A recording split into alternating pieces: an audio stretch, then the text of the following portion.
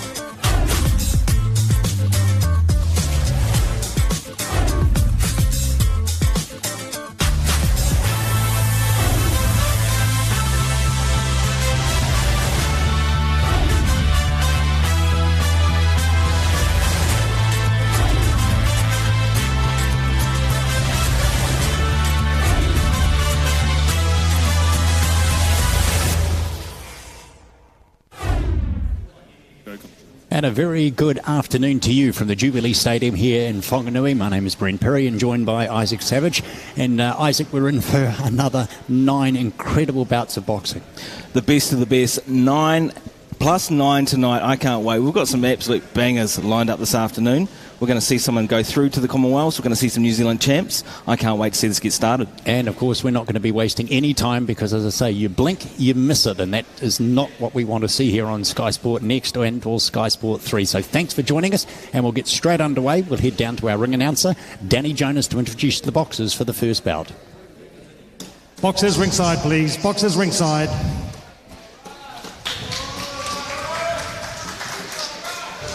Good afternoon, ladies and gentlemen, and welcome to Session 6 of the National Elite Youth Champs for 2021.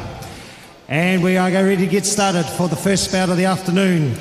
Introducing out of the red corner, all the way from Auckland, please welcome Harang Singh. And from Taranaki, fighting out of the blue corner, Kalani Mari. So as we say, Isaac, we're getting ready to rumble. And, of course, referee for this is Rua Williams. He'll just be giving the boxers the final instructions. We've said it a numerous number of times, but we'll just repeat ourselves. Don't blink. You will miss it. These guys are absolutely going to go hammer and tong all the way through it. I remember Harash Singh in Porirua. He was a very dynamic little boxer. 100% right, Brett. You dare go away. We've got 9 absolute barn burners, and you could see even too the way Kalani was lining him up. He just wants to get out there and take this title home early on. Beautiful movement too, very speedy, low guard, but you can just see the speed. And Harash Singh taking him off balance with that shot. Exactly. Both boys weighed in at 63.5 kg. Orthodox boxers both. Rebels trained Singh. He's called Box Singh. And he's got the skills. I mean, I can't wait to see how this unfolds. We're seeing some very technical boxing on display here, and rightly so. These are the finals. Every single fight moving forward is 3 threes, and it's the best of the best in New Zealand. As you say, these are national titles, and because of COVID, of course, these boxers haven't had a chance to sort of fight most of last year. So this is why it is the 2021 Nationals. And then later in the year, around about October, here at the same venue at the Jubilee Stadium in Wanganui, they'll have another round. So you could have 2 titles literally in the first 12 months of a single year. It's a double whammy and a chance to be a double champ in 1 year. Rock Lee there in the blue. Beautiful movement. You know, he's evasive, low guard, but he's got the speed. And we've been talking about this whole tournament when the guard is lower, it's because they do have the speed they're relying on at times, but I wouldn't be holding my guard too low against boxing. Gotta love that play on words too. The name Harash Singh goes by the name or nickname Boxing. Boxing. Kalani Manda is his nickname that he likes to use is Rock Lee. Self-described too as one of a kind. I mean, when we ask these fighters what's their style, they either say Southpaw Orthodox or give us something a little bit quirky and crazy, especially those Canterbury fighters. Big shot there from Rock Lee too. Rocking the head back there of Boxing.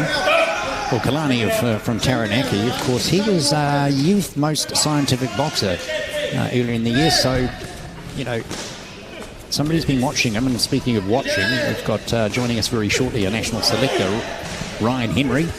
He's here selecting because, of course, the Commonwealth Games are coming up, so he'll be joining us after this bout. Beautiful display too here from Rock Lee. You know, he's a switch hitter, southpaw leading. He likes to switch it up, but he's jabbing with the right, then throws a left, making it hard for the orthodox fighter Boxing. Also the movement too. It's, you know, one thing fighting an orthodox or a southpaw, but a switch hitter as well. This is what we're seeing from Rock Lee. Very evenly matched in their number of bouts. Kalani has had 15.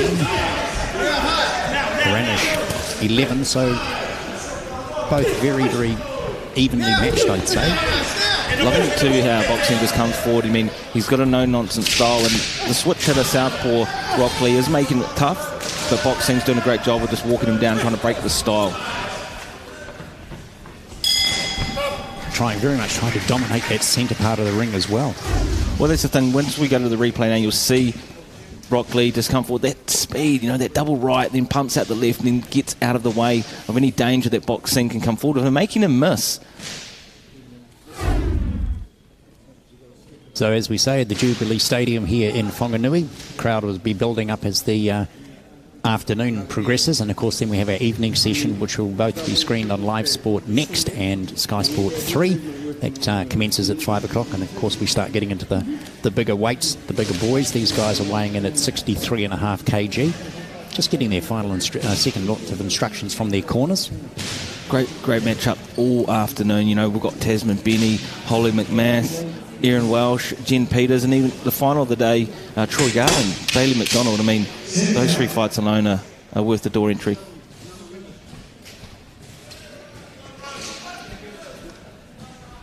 Getting ready now for the second round. These are 3-3s. Rock Lee there in the blue, Harash or Boxing there in the red.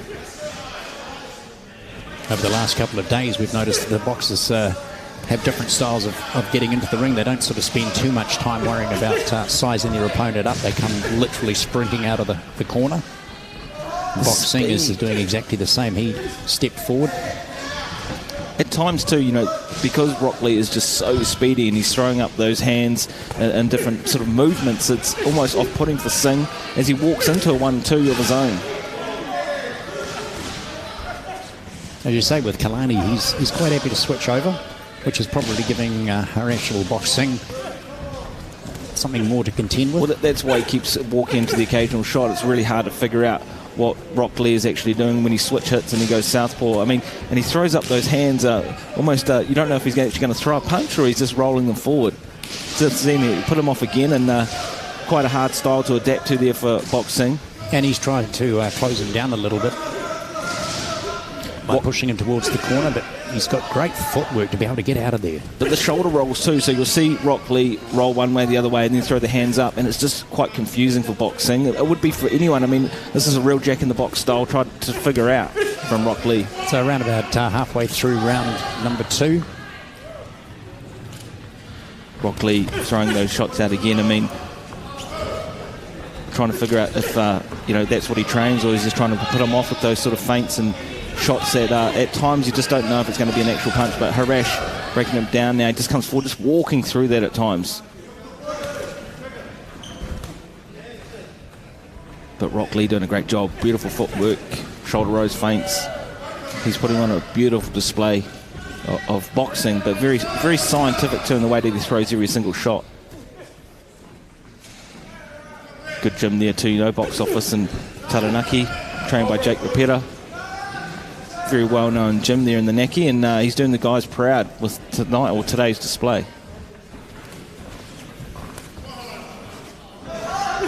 We've noticed over the last day and a half, with of course the previous bouts that we've had, is that traditional last 10 seconds when they work out whether or not they've done enough. So the 10 seconds to go, they tend to come and increase the work rate by about another 15%. Well, you see that, you'll hear that 10-second clapper go, and then that's when they start throwing. The crowd wakes up, the coaches go wild, and you see them too start throwing punches and bunches. We're getting ready for that now. We're going to see if they actually take on what we've just said. Get ready for the 10 seconds. Big shot there from Rock Lee. As I say, he has been voted youth most scientific boxer, so he's been coached really well by Jake, and sort of getting that ability to be able to move off both. You know, if he is on the way to the World Champs in 2022 and also 2024 Olympics, he's doing a great job of being selected for that. So let's see if he can take this home in the third and final. Well, he's had 2 golden gloves, so as I said, they're both evenly matched as far as the number of actual bouts they've had. But then, he's got that confidence. He sure does. I mean, I'm loving what I see here so far from Rock Lee. The speed, the movement, the feints. It's almost an impossible style for boxing to figure out, no matter how brash and, a sort of walk forward style he is. He almost has to play it at his own game. So, of course, these are the finals for the National Elite Youth Champs for 2021. We'll be back again, of course, later in the year. So these guys have got a lot to play for at the moment. Yesterday's, a lot of those bouts yesterday we had, they were really hard to call. Oh, yeah, I mean, look, I was glad we were up here in terms of knocked down in the judges' seats with all 5 of them. Big shot there from Rock Lee. These fights too, or bouts, as they say, could be in the same boat to judge, but with that shot there, I mean, it's looking a little bit more one-sided as we get into the latter rounds. Yeah, a bit of a slip from our box Singh, but Rock Lee, though, he's starting to show a bit of dominance. Throw that jab out. Still southpaw, but he switches it up now and then.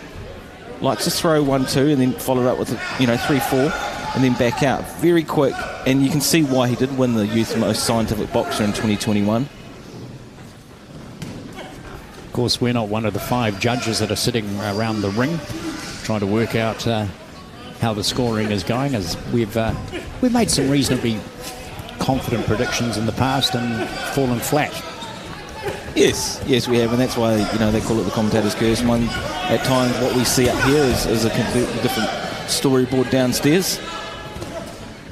We had the pleasure yesterday of one of the referees in a Schuster came in and gave us a bit of a hand. Slight mouse too there too, under the eye of boxing. Yes, it was good having Ina in the hot seat to just talk about youth female boxing, but also, what they look for in the judges' eyes and criteria. And it sounded simple, but sometimes it's not always that simple when it goes to the scorecards. Like I said, too, a bit of a mouse under boxing's eye. It is the left eye there. And it just goes to show that, Kalani's shots are landing. They're coming through. Beautiful display of boxing here from the Taranaki Box Office Boxing Club. And a nice uppercut too, connected flush. Bit of a one-sided affair, I must say. And this could be one of the first fights I actually call on a decision before we go to New Zealand winner and champ. But Rock Lee well on his way to the Youth Champs and Olympics. And I'm sure the selectors will be watching this one closely. Yeah, looking forward to speaking to Ryan Henry about that, what they're actually trying to do. And I understand there are the 4 selectors are here. One of them, of course, has got a hand in the next bout refereeing it. That's Paul McSherry. A name that anyone has followed boxing in New Zealand for long. Oh, there's a big couple shot of there nice from right boxing. I mean, just as we say, Rock Lee's dominating. That jab got through as well, and a nice overhand right. But boxing's not taking a back step. That is for real. Boxing's punching on, and he's coming forward now. He's certainly got the heart, the aggression. But has he landed enough in the judges' eyes? We'll soon find out. What a display here from Rock Lee in blue. Referee trying to make sure that these guys actually get that last part with just 3 seconds countdown. But that jab's worked very well. Another big jab, a little bit slightly late. Slightly late. But they're okay. Round 3, we get ready now to find out who the New Zealand champ is. I mean, like I said, we've got 9 jam-packed fights this afternoon and then on to the evening. What a performance that was. Not as wild and crazy as some of the fights we've seen start off the card, but this is the best of the best. They aren't going to start off so wild and crazy.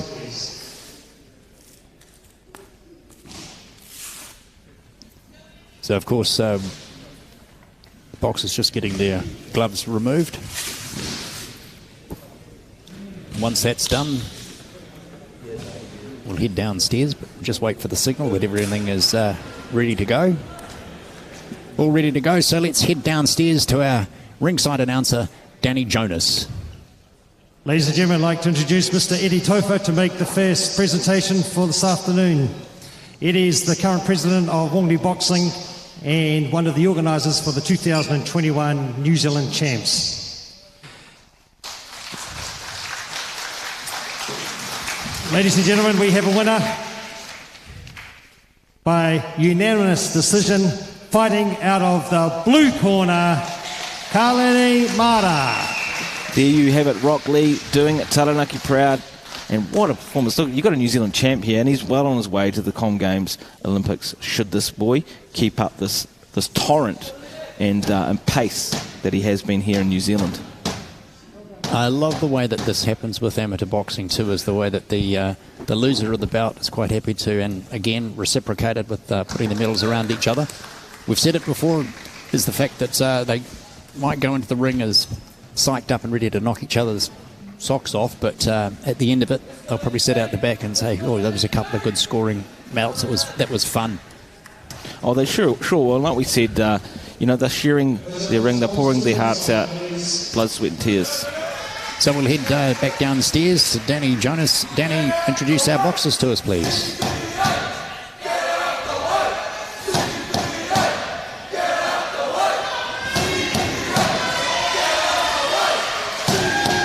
We should let our viewers know that only a matter of about 10 feet from where we are, say 4 metres, there's the Cantabrians, and they are the most vocal out of any of the regions. Ladies and gentlemen, we now have bout number 2. Youth males, 67 kg, 3 3-minute rounds. Introducing first, all the way from Wellington Hutt Valley, fighting out of the red corner, please welcome Adam Costley. And Adam's opponent, fighting out of the blue corner from Canterbury, please welcome Lennox Tawakiri Jarden. And the referee for this match is Paul McSherry, an accomplished boxer in his day, referee and of course part of the, I think, National Selection Committee. So he's with us as well. And joining us is one of those selectors, Ryan Henry. Welcome in, Ryan. Thank you. You heard it too, CBA, get out the way. Ryan, are Canterbury supporters some of the loudest you've heard at these tournaments? Yeah, they always are, yeah. And what are your thoughts too on the lineup this afternoon? Like we described first at the start of the show, the best of the best. We've seen these guys come out not as wild and as fiery as the earlier fights, but it's because they're more scientific, they're a bit more experienced. They throw their shots in a bit more of a composed way. Yeah, but a bit more wisely. Adam's been at the last Commonwealth Games camp we had. He performed very well there. Both these boys weighing in at 67 and very similar height. There's only probably an inch or two in it, with Lennox in blue. What a great boxing name, Lennox. Yes. Hey, Lenny B in the blue, Adam in the red, Canterbury fighter in the blue. Now, Ryan, one of the questions that keeps coming up is, what is the selection process? In a nutshell, how do you get into the Com Games? It's a process through, with having had COVID, that we've had to run camps for. They've had to work hard, and we had that New Zealand trip to Thailand. So international experience is big, and now this is one of our final criterias here. If you win the New Zealand Champs, is that basically a golden ticket in? Well, no, because there is only 5 slots. So then we have to look at who would perform best overseas out of all the boxers. So when you say 5 spots, 5 for female and 5 for male, or 5 all up? 5 all up. And there's no disparity between whether you have to do 2 female and 3 male? No. Just who will perform the best. Well, I think we might as well take the Cantabrian supporting squad over because they're performing very well. And I'll give them heads up. This is great for anyone from the Canterbury region listening, and you're represented well by your supporters, because yesterday, even with the juniors and the females, all the senior boxers were still here, staying till the end, supporting anyone from Canterbury, I should say. So a big head up for them. It was great. You talked about Adam Costley too.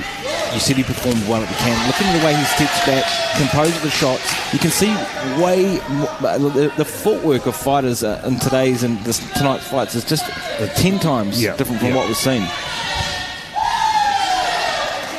Particularly they are after the gold medal today, so they are all stepping it up. Must be on the back of their minds.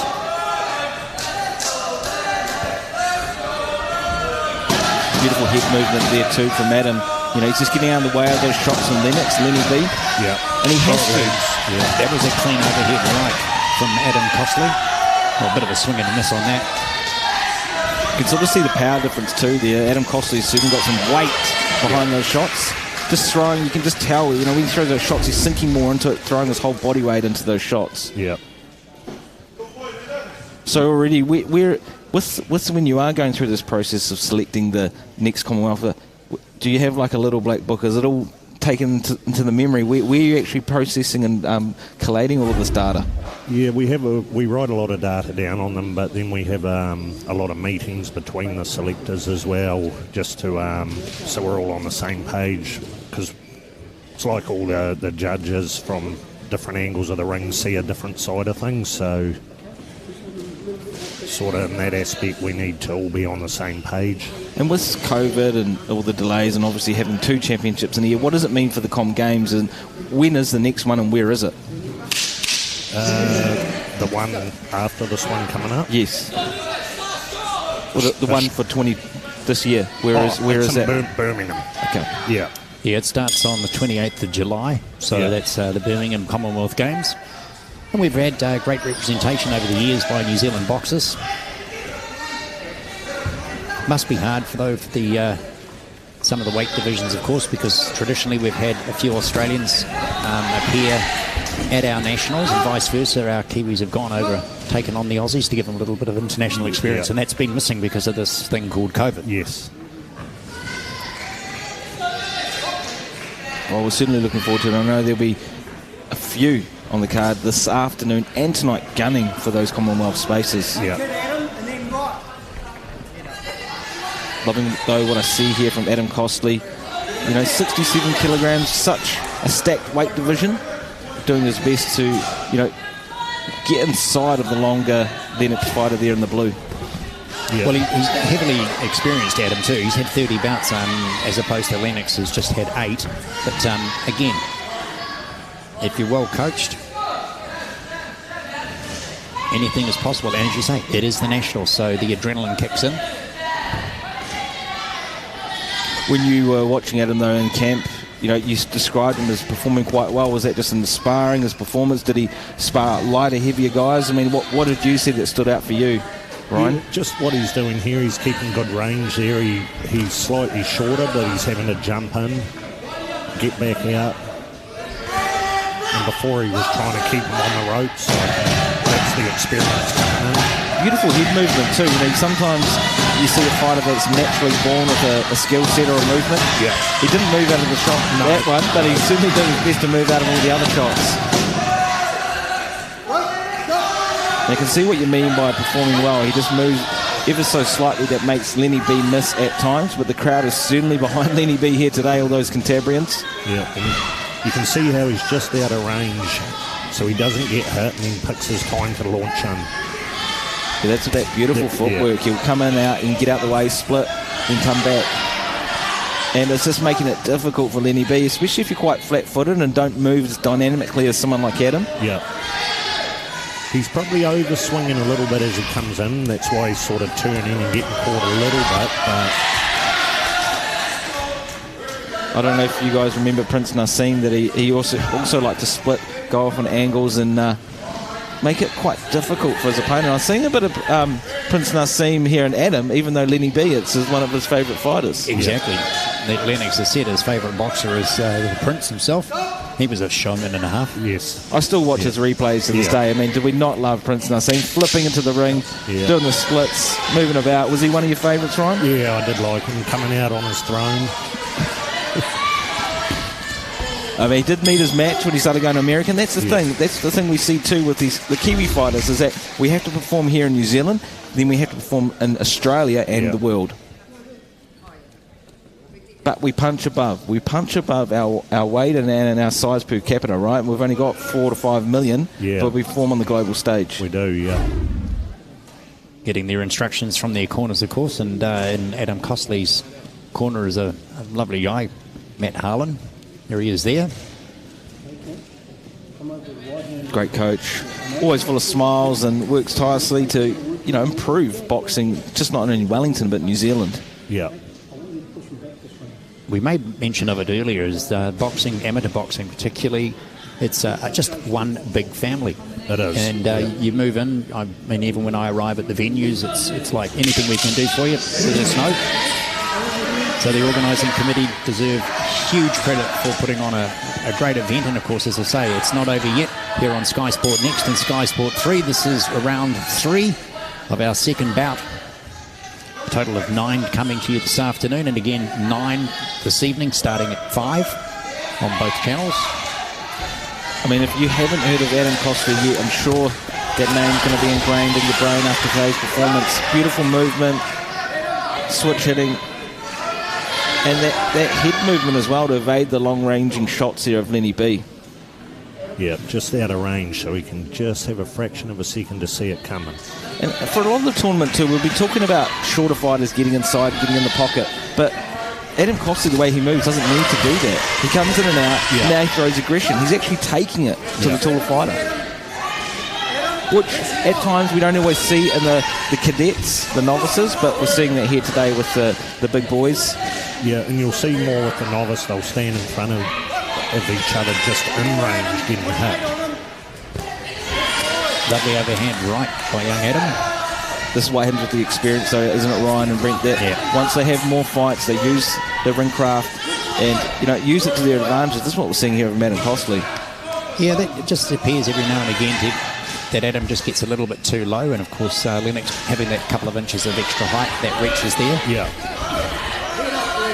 I mean, just the way some of those punches missed too with an overextension just goes to show the beautiful movement here of Adam Costley. Take nothing away though from Lenny B. Absolutely not. 8 fights. Yeah, he's going well. If he just establishes a jab just on the outside as Adam comes in. Yeah, Adam's definitely stalking Lennox. Yeah. Just the way he moves, and I can see what you mean by him performing. And Adam just seems like a tough customer for tall fighters, even a shorter fighter, someone at his own height, just the way he plays the game. I mean, look, he even threw but didn't throw that shot again. That just shows his experience level. So the contemporaries giving them a minute countdown for young Lennox to Kiri Garden out of the Wollaston Boxing Club in Canterbury.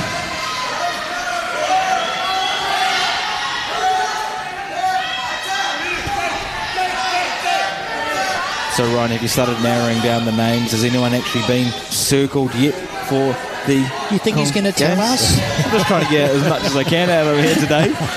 Some may have been circled. You don't have to actually name who they are, but some may have been circled. No, there's definitely a few on the list that we're keeping a good eye on. Keeping his cards close to his chest now as we get ready for the 10 seconds.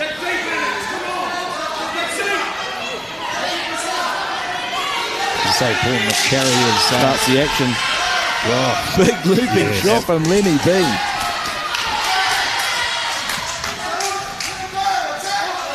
Love Paul McSherry's vocality there as well. You always know when Paul McSherry's in the ring. Looks like he's having a bit of fun himself half the time. Yeah. Well, how can he not do 89 fights in a row and won? He's certainly got a bit of experience up his sleeve. Yeah. But Lenny B took it too. The man there in this one. Bit of fatigue snuck in there for the last 30 seconds on both fighters. Adam Costley, what a performance. Yeah, well, these boxers, of course, are looking for that national title. They want it. But we'll just wait for the judge's decision. We've got that coming through, so let's head down to our ringside announcer, Danny Jonas. Ladies and gentlemen, I'd like to welcome to the ringside Mr. Isaac Peach to make the next presentation, please. Isaac, in 2009, was the New Zealand middleweight national champion, twice New Zealand super middleweight professional champ, and currently Auckland's head coach.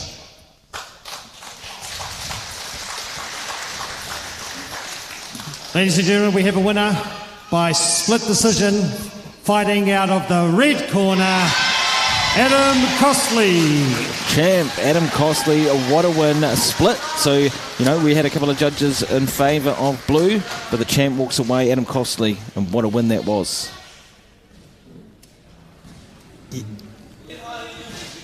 As I say, we're sitting in an area where we've got the monitors, which, and by the way, our crew downstairs are doing a wonderful job providing you at home on Sky Sport Next and Sky Sport 3 some great camera angles for amateur boxing. It's just unbelievably good.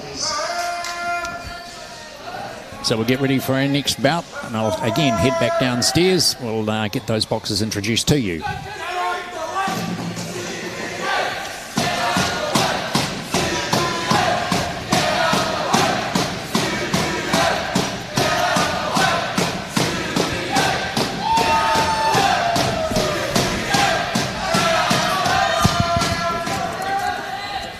Ladies and gentlemen, we move on to bout number 3, youth, male, 71 kg, 3 3-minute rounds. Introducing, fighting out of the red corner from Canterbury, please welcome Hamara Tainui.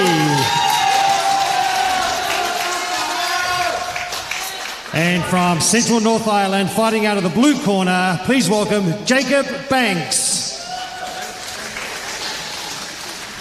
So these boys are getting their final instructions. Jake Banks in the blue. Tainui there in the red. Goes by the name Yellow Flash with the golden hair. And you can tell when a Canterbury fighter walks into the building because they certainly make noise. CBA, get out the way. Didn't take us long to work that one out. We've been hearing it for the last 3 days, and these boxers are ready to go. I say their weight. This is the youth male, 71 kg. Once again, we've got a Christchurch Cantabrian describing his height as 7 foot. I don't know why they do that to us, but, you know, 7 foot something. And Yellow Flash there in the red with the golden hair, and Jake Banks in the blue. This is once again for the New Zealand title, the golden medal. Who's going to walk away the winner? Well, our young boxer in the red corner has got 40-plus bouts under his name. But poor old young Jake, just 6. So a vast amount more experience. Southpaw too, the Yellow Flash. You can see that he's got that right hand jabbing with the left, and that's going to make it once again a little bit harder for the orthodox fighter. He's going to have to move a certain way to get out of the way of those dangerous shots from the Southpaw. Goes out of Linwood College. 3 times New Zealand champ, New Zealand Golden Gloves champ, Canterbury champ, South Island Golden Gloves champ as well. Shout out to his mum and dad who are back home, who can't be up here in Wanganui. So hi mum, hi dad. Did you say that too, Ryan, that the Southpaw is always a little bit more dangerous than Orthodox? Like, what are you telling one of your fighters that ever fighting a Southpaw? Well, what you'll find is an Orthodox fighter will fight an Orthodox fighter 10 times, and then a Southpaw will fight an Orthodox fighter 10 times, but then the Orthodox comes across the Southpaw once in a blue moon, so it does make it tricky. So I think the thing being is, for people who might be watching boxing for the first time, an Orthodox boxer is jabbing with his left hand and punching predominantly with his right. Yeah. And if you go Southpaw, it's just reversed over. He's going to jab with his right and his main hitting power. And of course, one of the most brutal left-hand boxers was a Southpaw. Yeah. Intimidating. It's a question, who was it? Hall of Fame, David Tua. And we'll be talking about that news that came through last night with David Tua.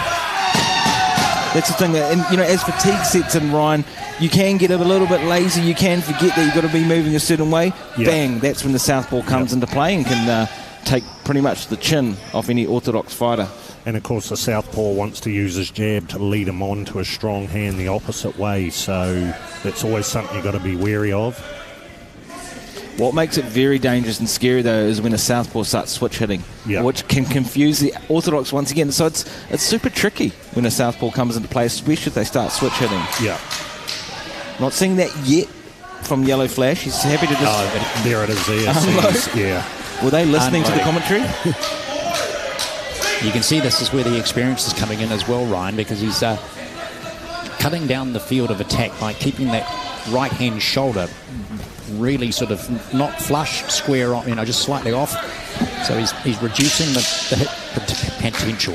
I tell you, a guy too that you'd know about, Ryan, Andre Mikhailovich is a guy that was in the amateurs and now on the pro scene, and he does a great job of switch hitting. Even though he's an orthodox fighter, he goes back and forth, switch hit. So he goes southpaw, he goes orthodox. And very good hand speed and power in his hands too. It'll just come out of nowhere. Yeah, we were talking about a southpaw boxer. Our own David Tua was inducted into the International Boxing Hall of Fame last night. Yes. Can you remember his fight with Ruiz when he pretty much sent him flying through the ropes? Yeah. One of the most brutal knockouts. Look at top 10 of David Tua's knockouts. They're the most horrific KOs you'll ever see, apart from Mike Tyson. Yeah, his knockout reel is one of my favourites, that's for real. Yeah, I read something this morning, can't remember exactly where, but David said he's got that, only the one regret of any boxing, any match that he's ever went into, and that was where he thought he would try and get that king hit and just got jabbed out of the bout. Yeah, I think everyone in the South Pacific, New Zealand, Australia, around the world watched that Lennox Lewis-David Tua fight. Yeah. It was huge. I think Lennox was probably quite happy that he didn't get connected with it, because there weren't many boxers, again, with the likes of the Mike Tysons of this world, that just drove everything off those massive thighs that those boys had. But, too, speaking to David Tua, we all have, here in the commentary booth, Brent Ryan, one of the nicest guys you'll ever meet. Like I said, half the problem getting me in the commentary booth is he talks to everyone on the way in. I totally agree, because when we were in Porirua for the Nationals, I went down, I asked him whether he'd come up and have a chat with us, and he was more than willing to do it. But as you said, it took us about an hour to get him sort of 20 feet away from where he was sitting. David Tua, what a man, what a legend. And I'm sure David's actually probably watching this at home. David, congratulations from here at the commentary team and all the people from Sky SportNext. It'd be a pleasure if we could see you at the Nationals later in the year, or the Golden Gloves in Taupo. But a huge congratulations to you, and New Zealand and the South Pacific, the whole of the South Pacific, exceptionally proud. Yes. We all own him. We all like to celebrate, we know him. Amazing accomplishment. Speaking of accomplishments, the Yellow Flash doing a beautiful job here. We talk about switch hitters, however, if it's not broke, don't fix it. No. Yellow Flash is doing a great job of just sticking to southpaw and not changing it up. No. He's drilling it through and landing that right as he comes through, or the right jab, but then that left body shot. He doesn't need to change it because it's working. Exactly. I mean, you don't need to over-egg the put at times, and he's certainly not. He's just sticking to that straightforward, no-nonsense style, but sometimes too, that southpaw, big shot there too from the Yellow Flash. Tainui, the 7-foot fighter from Canterbury. Yeah, Jake's leaning into him a little bit. I think he's trying to just gain himself a little bit of breathing room, because he is breathing hard. You can see that by having his mouth wide open. He's speaking of over-egging the pudding, some of Yellow Flash's favourite foods are Macca's, rice pudding, and a beef brisket. Yeah, I mean, all three of those I can't argue with. Yeah, with the beef brisket, I'm heading down to Canterbury to meet his mum. I mean, I'm sure you like a beef brisket. You're from down south, Ryan, so what do they have down there, those cheese rolls? Yeah, we have a good cheese roll. But I must admit, I'm guilty of a Big Mac every now and then. Speaking of Big Mac, Jake Banks, he's got the height, but he just needs to get in there. The southpaw Yellow Flash is making it super challenging for him. Once again, a shorter fighter dominating the tall guy. But again, that comes down to experience. I mean, you've got a boxer with 40-plus bouts, that's Yellow Flash, up against Jake Banks in the blue with just 6. So it's having that ring time. And that's a good question. Oh, lovely overhead. And acknowledged too. Jake said, yep, that worked. Well, he's not just battling the experience, he's battling his southpaw as well. So we've got a couple of things to figure out there. How does that happen too, Ryan, when someone with 40 would take on someone of 6? Is it just meaning that Jake Banks has destroyed everyone else in the lower divisions and stepping right up? Yeah, it does, yeah. And this will give him experience for the future as well. We saw a fight the other day, 37 fights versus 4, so similar to this fight in a way. It's almost a win in itself going the distance with someone that's got quadruple your experience. Yeah, it is. And, you know, we're talking about building for the future as well. They're just youths. So, you know, we've got the next Nationals coming up, and having experienced a Nationals always going to be better for the next one. Rex in the corner there, in the blue, legend himself, Rex. Yeah. Yeah, I think he's trained over 70 New Seconds Zealand out. champs. How many did you say? Over 70 in the last 40 or 45 years. It's a few feathers in the cap. He's certainly got experience. And There's the what a guy. Cantabria supporters up there. The other one's making the noise. We'll get them chanting again. They're always making noise, those Canterbury boys. CBA, get out the way. Get ready now for the third and final. Not sure what the hold-up is here. Headgear, it looks like. We've seen a little bit of that over the tournament too, haven't we? Yeah, no, I think the doctor's actually having a look. Maybe there's just something underneath the left eye. Doctor's having a quick look, saying, no, everything's fine. And I will say that with amateur boxing, they will not allow a boxer to keep going if the doctor or even the referee at the time spots something he's not happy with. He'll call in the doctor and it'll be all over. And Ryan, with the headgear, we've seen all sorts of disparaging headgear at times. Now, what are your thoughts on, obviously it's health and safety, but we're seeing sometimes it's coming just even over the top of the eyebrows of some of the fighters, which can't be good for their vision. No, and that probably needs to be taken care of out the back and adjusted properly so you don't have this issue once the bout starts. One thing we've got to remember about the headgear is it stops head clashes. It's not going to stop you getting hit, but if they clash heads, the two headgears hit and it actually stops the cuts that you'll see in professional fighting. You're right, so I mean, a lot of, especially pro boxing, the cut at times is caused obviously by the glove, very hard, professional wraps, gloves, 8-ounce gloves, but also head clashes will cause a lot of the cuts too in boxing. Great fight so far. About, as we say, Yellow Flash there in the yellow and red, Jake Banks in the blue. The taller of the fighter, the more rangy, but once again, the shorter fighter doing a great job of getting inside and getting out and just the sweet science. I mean, beautiful display here from Yellow Flash. It is, and just that experience is really starting to pay off.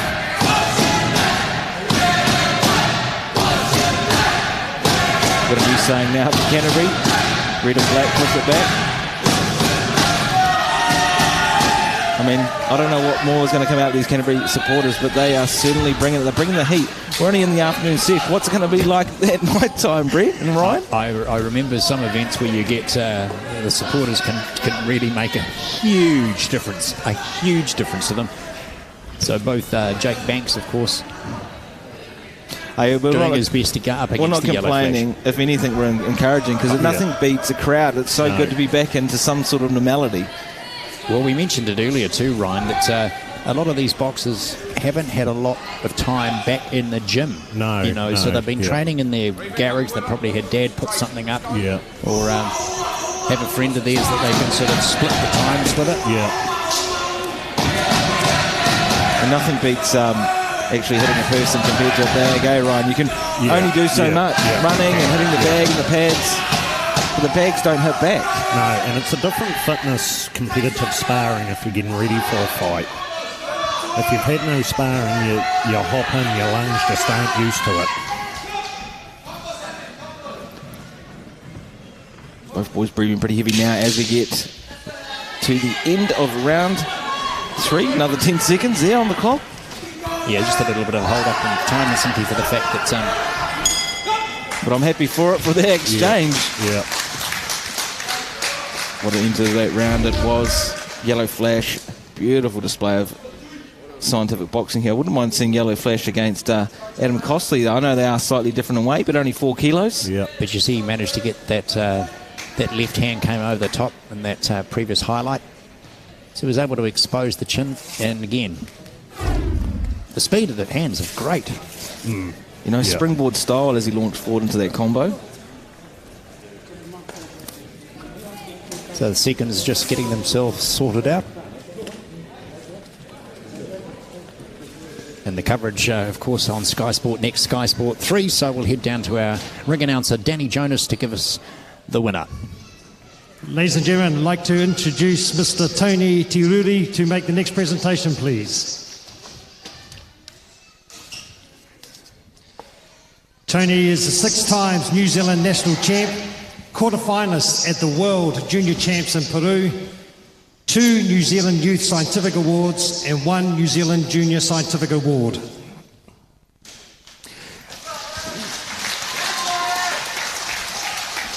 Ladies and gentlemen, we have a unanimous decision. Fighting out of the red corner, Hamera Tainui. There you have it. The Yellow Flash.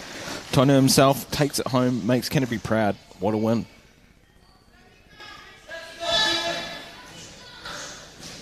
Yeah, definitely you could see that the experience paid off right from the opening bell. And he was able to maintain that whole process through the three-minute rounds. Yeah. And these are all 3 3-minute rounds here that you're going to be witnessing in this part of the program for the rest of the day. So we're going to step up group. So we'll head down to get our ring announcer to introduce our next 2 for bout number 4.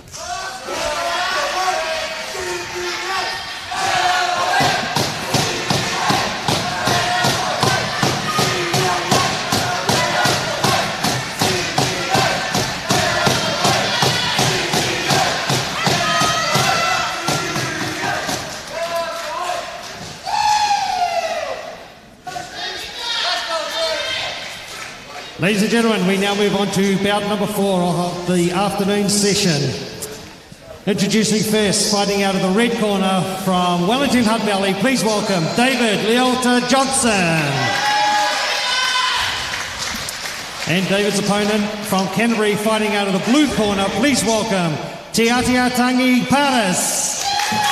And just a bit of note, you would have seen David Leota Johnson come into that fight wearing a T-shirt. He's dedicating his fight today to his 17-year-old cousin who unfortunately passed away in Australia, and he'd just like to let his family know and the rest of the Australian contingent that they're thinking of you at this point. And David expressed that with wearing that T-shirt into the ring. So commiserations to and condolences to the family. Yeah. Respect for him jumping in too. You know, I've heard he's a big banger, so I can't wait to see what he puts on and display here against Paris. Yeah, well, we've had David at the last 3 Commonwealth Games camps, and he likes to come forward and place his shots pretty hard. And T is from Christchurch.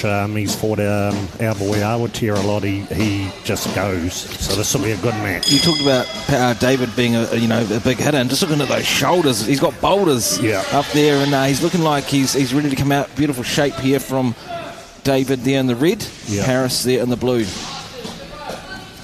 Paris to a southpaw, so are we going to see the southpaw make it tricky for the big banger there, David in red? As I say, with the passing of his cousin, I think he's got a little bit of the family support coming from the islands. Once again, seeing the patience and skill level from these fighters, they're leaning more into their shots, a little bit more composed, a bit more measured. Yeah. From what we saw at the start of the tournament, where the fighters would actually meet sprinting in the middle of the ring. He's tried that uppercut a couple of times just in the last 15 odd seconds. Hasn't connected, but boy, you can see that if they do, it's going to hurt. Beautiful movement here from David. You can see him switching stance, getting out of the way. You talked about earlier, Ryan, the range. We've seen the fighters at skill level, they'll get out of the way of those hits and then come in. Yeah. That's where we've seen the experience level. Both these boys weighing in about 80 kg. The referee looking after this match is John Esner. At times too, we talk about the Southpaw Orthodox being a big deal, but at times it's not really, and we're seeing that here. I mean, yes, Paris as a southpaw, but doesn't seem to be challenging or making it difficult for David right now. No. I guess it's not what style you have, it's how you use it or how you move it. And we're certainly seeing in this, because David is looking in full control, looking very comfortable. He is. He likes to pick his shots. He'll stalk you down and then he'll just rig-rush something. You can see that. He's so calculated and composed. You know, he's aiming and then firing. Yeah. Beautiful shot there. See, he overextended, but he moved an angle and then shot him with another. Loving what I see here from David. He doesn't waste a lot. No. He certainly does. And that's what we see from the champs. They conserve the energy. As Israel Adesanya said, he aims and fires, you know, doesn't hope and miss. And he's very calculated with those shots. Israel Adesanya too brought up and spent his teenage years in Wanganui. So, you know, this place is a home and pedigree of fighting. Yeah. Big uppercut there from David. Again, a nice combination there, both. And this is just beautiful to watch. Now the power comes out. That was a very ferocious left hook that just missed. And Ryan, you're noticing that he's also, I'm talking with David about David, he's quite happy to go low and then come back and then drop down straight away. Yeah. So changing your height and coming up, all of a sudden the punch can be on you. Yeah, and you see how he almost had to turn on the dime, but he was throwing the punches, he did it. Yeah. I love a leading left hook, though, especially when they come off the ground like David Tua in that sense. And we don't see it too often, but if you can land a leading left hook, it's dangerous, isn't it, Ryan? It is, yeah. You've only got to look at also the construction on his thighs. I mean, he is very well built at that lower level, which is the likes of your Tuas who had that power that was being driven off that thigh area. Is that a combo that you lead or even, practice with your fighters, Ryan, that leading left hook or that straight right, just those one shots? So you like more combinations with footwork? Especially if you're sticking your jab a lot and they're getting used to it, all of a sudden lead in. You've got to do it correctly, though, defending hand up, slip in, land the hook. Quite often you'll come back because they're power punches. So if you're leading with a hook right, you know, they're all power punches. Or vice versa, lead with your right, land the hook. That's a really good call because you can sometimes throw maybe 5-6 jabs. They might get used to it, so they'll just start maybe even blocking lightly, but then bang, you come up with the leading left hook. It just changes the game. Yeah, and they are punches you have to practice. You need to move your feet in with them. But some people too have just got natural raw power. We're seeing this here from David. Yeah. Southpaw there, Paris in blue. Doing his best to keep David at bay, but David's just so slick. He's got swag with those movements, and the uppercut just launched out of nowhere. It's like a missile. Yeah. Getting out of the way too. Beautiful range. He's just every single shot that Paris seems to throw, David's just keeping out of the way of. Big shot again from David. Bit of clear up there from the nose of Paris. Yeah, he's a very stylish young boxer. Again, he's had 13 bouts, so he's reasonably new into it. Again, if you're wondering why he got the standing 8 count, simply the fact that ref sees something that you just missed for a split second, he'll be saying to him, come over here, and let's go again. Ryan, too, with what you've seen in David and in Paris, has David come to any of the camps that you've run and managed? He's been at all 3 of them. And obviously he went well, because look at him here today. Does he give the other guys a good run for their money? Yeah, he does, yeah. Good shots there again from David. Now, if they get 3 standing counts in the same round, they'll call it. They will call it, and the referee will make that decision. He's looking very closely at young T, just making sure, and I swear that David would be going, I've got this, and I'm going to try and finish it off in the next minute and a half. Look how composed he still is. You know, you see some fighters land a combo, especially if they put some down twice, they go wild. David's still composed. And remember, if well, just as I said that, he doesn't look too composed with some of those shots. I'm definitely working on the theory that David's sitting there now going, I've just had my corner tell me I've got a minute to finish this off, otherwise do you want to have another 3 in here? I don't think so. Picking his moment. Also too, Ryan, as a coach, cornerman trainer, like if your guy comes back or your girl comes back to the corner after they've been dropped twice, are you going to allow them to go in for more punishment? potentially that they could drop them in the third, or you're going to call it off? It's a bit of a hard call. Yeah, potentially you'd call it off because there's no point in taking more punishment than you need if they're outmatched. But then, when we get up to the likes of heavyweight boxing, sometimes they do. Pro boxing or heavyweight, similar to Tyson Fury, they can win it in the 11th, 12th. They can, yeah. Very, very different circumstances, though. Tell you, if David was just a little bit more patient at times, yeah. I think he'd just seems to be rushing it just a little bit. As I said, maybe called it a little bit too early in the fact that he was trying to finish it in round number 2. Yeah, he's just sort of swinging now. Yeah. If he went back to just setting him up again. Paris throwing a few shots at him. He got caught there, but he's... You'll see in the highlights of this round number 2, there's some massive hits. Good refereeing too, he called that straight away. Yeah. And, if you've been in and just seeing some of the shots, I mean, great calls here from the ref because it is health and safety. And if you are getting stopped, dropped and punished, it shouldn't continue. But that's why we have the 3 stands. Yeah. And if they do get down a third, then she's all over. Young T's been boxing around 7 years.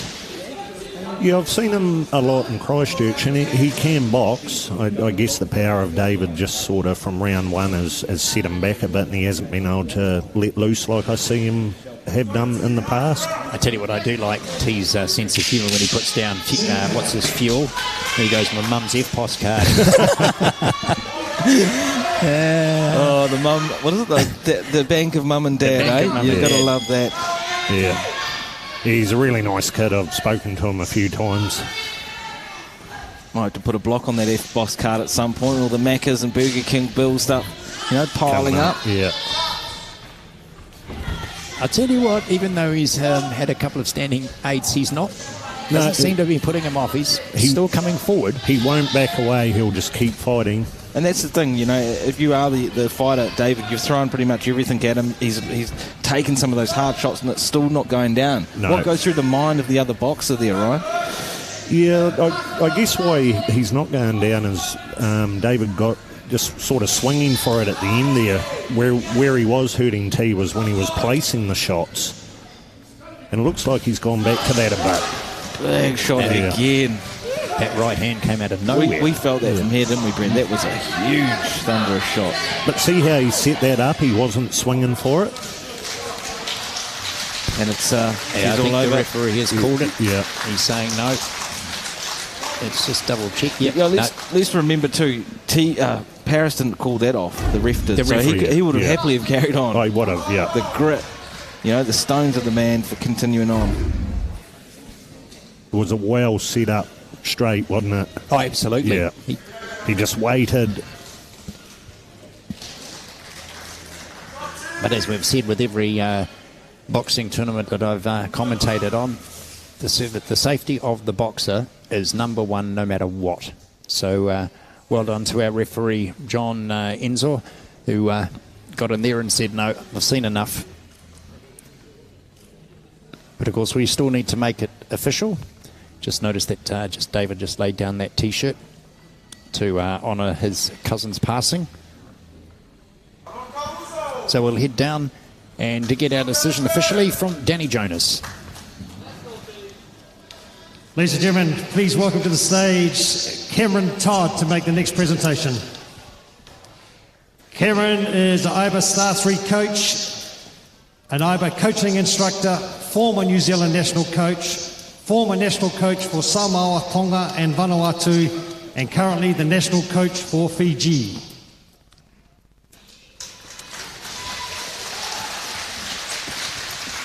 Ladies and gentlemen, referee's decision to stop the contest, and the winner fighting out of the red corner, David Leotor Johnson. David Leotor Johnson, a beautiful win there, and too, as you said earlier, Brent, in dedication to his cousin there in Australia. They'll all be proud, those watching back home throughout New Zealand, Pacific Australia. What a win that was. Nice gesture too, that he just looks like he's put his medal on the T-shirt that he brought in. Get his phone from his trainer. And you can see, actually, maybe not on this shot, But he'll be trying to get the photo quickly to say that he is now the New Zealand champion. What a performance it was. I mean, watch out for this boy. I mean, what a performance, Ryan. He's going to be on the hit list now after that, right? Well deserved. You talked about that fight being an absolute barn, but it certainly was, and David showed. So we'll head back down now and get our next bout underway. Let's go to Danny. Ladies and gentlemen, now move on to bout number 5. The youth men, 92 kg plus. 3 minute rounds. Introducing first from Canterbury, fighting out of the blue corner, Byron Anton. And Byron's opponent fighting out of the red corner from South Auckland. Please welcome John Pua. And this referee for this match is Paul McSharry, but this is going to be interesting because Byron is a whopping 6.5, 6.5. We don't have a height for John, but when they get together in the ring, you'll probably see a huge difference. Similar matches, John's had 10 bouts, Byron 18, so not a lot in it, and these boys are both weighing in at 92 plus kg, so they're super heavy. Yeah. Now, 100 plus by the looks of them. For once, too, the Cantabrian's being truthful about his height. yeah, you can see it because Paul McSharry is not a short fellow. No, he's not. But, yeah, he's a big unit. This is what we love. Heavyweight boxing, 6'5" Tyson Fury-esque against the shorter of the two, almost a Dillian White matchup here we've got, so just before the big one. It doesn't look like that on the camera angle, but looking back over my shoulder down onto the ring itself, there seems to be a vastly different height variation. John Pua in the red. But he's a solid looking lad. He's actually not that much shorter. If Byron's 6'5", John Pua can't be any shorter than maybe 6'3", 6'4" even. And it's a youth bout, so they're only young fellas too, aren't they? Yeah, that's scary. Yeah. I mean, John Pua's certainly got some accolades. His list of achievements just goes on and on and on. North Island Golden Gloves, Auckland Junior Champ, Golden Glove. Auckland Junior, National Junior, Silver North Island Youth, Golden Gloves. I mean, We've almost run out of room on the page. Well, when you consider he's only had 10 bouts, but the list of it was pretty much he's nailed it. I mean, John Pua too there in the red from Auckland, who boxes out of iBox 2. So he's, like you said, 10 fights and almost more titles, or as many titles as fights. And I forgot to turn the page to tell you there's more. So let's see what Brian can do against, he's got the Canterbury support. Wollston Boxing, another good club there in Christchurch. It is, yep. The chart will come up very shortly. He's also a South Island Golden Gloves champ, Canterbury champ. Bit of a slower start, but we've said this throughout the whole tournament. The Pocket Rockets, the 42, 44 kilograms, they start off fast and furious. These guys coming at 100 plus, one shot, the sledgehammer can change it all. Johnny Pua certainly got a bit of power. I mean, he's had 10 bouts. I'd love to see how many have actually been stopped or via KO. Let's see what he's going to do here today against the Cantab, Byron in the blue. It's a good patient start, and I think at this weight, when you talk about one shot, you can be over. You've got to take your time. You've got to work them out, settle into it.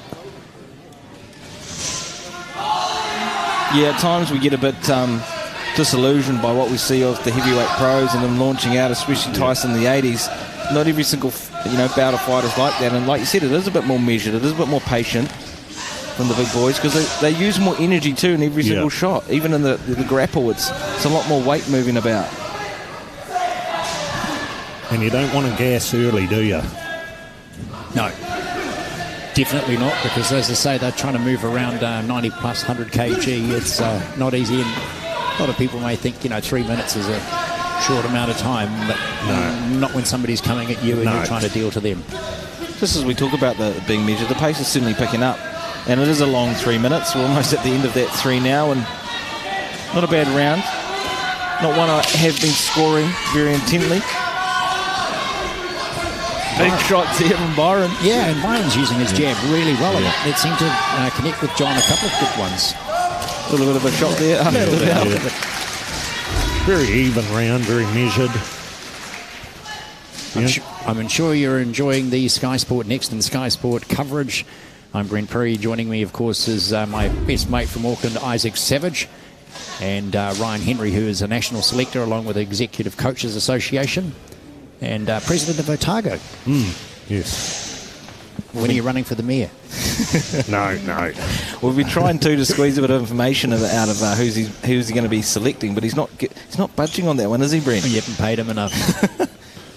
Can't give too much away at this stage. So you'll see on the screen there, the judges. It's very close at the moment. Judges, if there's only a point in it. Yeah. I like too what I saw though from Brian at the end of that round. He feinted with the left, so you saw Johnny pull up the guard and he threw the jab. Yeah. Clinical. I mean, it's just boxing 101. I want to see a bit more of that in round 2. This coverage is coming to you out of the Jubilee Stadium in Wanganui. And a huge shout out to the organising committee who put this together, along with President Steve Hartley and Chairman Keith Walker. Both said, I'd like to thank the organising committee for putting on an event like this. And of course, it's a prelude to probably what's going to happen again in October. Yeah. See Brian to just jog out to the ring. Big shot there again. I can see Brian sort of taking a little bit more control now, you know. Even though he is the taller of the two, he's kind of meeting John Pua at his own height, crouching down at times, not utilising his reach as best he could. But naturally his arms are longer anyway, so regardless, he is always trying to do his best to keep John at bay. Just as I said that, he didn't keep him at bay there. And over here, right, that Paul McSherry had a quick look at and making sure that he's still able to counter punch. Loving the way too that Paul McSherry controls the fight. Very good experienced ref. He's always there intently watching the action, ready to pounce and stop at any moment. As the chant goes up for red and black, don't step back. We've been trying to work out some of the chants. Yeah, they've got a few, don't they? They've got a number. Big shot again from John Pua. I mean, Byron started off strong, but John starting to edge forward back now. You know, this is a true game of chess. Do you think Byron's, as far as that's concerned, is just probably a little bit more technical? Yeah, I think he needs to just keep that distance like he was and keep landing. He's not throwing enough right now to keep the red corner back. See how he's just not throwing right now? I think he's just looking for that one opening that he can to get it. Not the work rate, not there yet. Not there, and then if that's the case, John will start coming forward more and more. John's got the slight speed advantage too. That's why he can close that distance and land punches as he is, even being the shorter fighter. Yeah. I want to see a bit more work rate, like you said, Ryan. Those stiff double jabs, both boys meeting at the same time. So again, they're meeting again. They're throwing the exact same combo. This is where Brian needs to get back on the back foot and just stick the 1-2. Yeah, I'd be a little concerned that he's going to get a standing 8. He's had 2 good uppercuts and then a couple of overhand rights. But Paul McSherry, who's actually controlling this match as referee, is extremely experienced. And a great job here from McSherry as these big heavyweights tussle. Big shots now, bombs thrown as we get close to end of round 2. Another big shot there from Byron. A bit of a hard one to score because at times I'm seeing John Pua up. And he scored again. And Byron up as well. Again.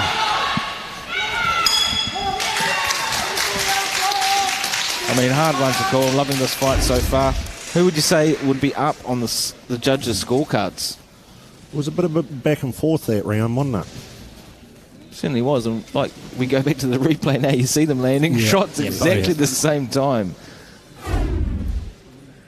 Just waiting for those scorecards to come across bottom of the screen now. You wouldn't want to be the mums of these boys. What you'd be feeding them? Well, not when some of the boxers too talk about the FPOS cards being their I love food that account. Actually, Byron's like to have a big shout out to his mum and dad, and all the guys and girls down at Walston. Got a bit of a story of what's going on. We'll mention it a little bit, but there's a whole group of people meeting this afternoon at having a night session. Yeah. So Mackey's Hotel in Port Chalmers they've found out that the boxing's live on Sky, so they're having a viewing party at the local pub there. Oh, well, we better have one when we get back later this afternoon. They can pour us a pint. So this is the third and final round. Guys, you distracted me. I didn't actually get to see the scorecards. Speaking of Port Chalmers. I just wanted a beer. Of course, this is the 92 kilogram. Oh, big right hand. That wasn't it?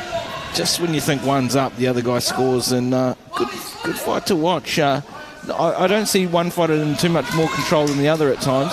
Well, he clipped him nicely with that overhead left, even with the jab. Like you alluded to earlier, though, Ryan needs to up that work rate. Yeah. More jabs. Yeah. He's got the reach. He should be utilising it.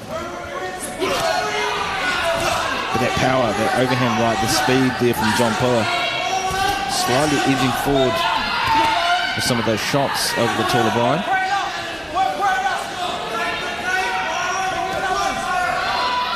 So while we're looking, trying to work this one out, I don't have the answer to this, Ryan, so help me out. People ask at times, what's a split decision as opposed to an outright win? How many points does it need to be different? It's just when some judges see it one way for a fighter and some judges see it another, and ends up going to a split decision. Unanimous is where the judges all see it going one way for a fighter. So EG, if you've got a winner in round one and the other boxer takes out in round two, and then it's just really what happens in the fourth. Yeah, quite often can come down to the third round. Reason being, it helps with the 5 judges. Yeah. So with just over a minute to go in round number 3, these two heavyweight boys, Byron Entel and John Hart, ready to go. Big shot there for both boys. I mean, they're throwing down. We've got the final minute now. Big uppercut there from Byron. Both just standing at mid-range, really. They're not holding too much. They're not out of range. I think this last minute's going to be 40-odd seconds, going to be a slugfest because they're both breathing really hard. Yeah, fatigue's starting to set in now. I mean, they haven't taken a step back. You know, some fighters like to move back and step on ankles. Both of these giants are meeting in the middle. Worlds collide.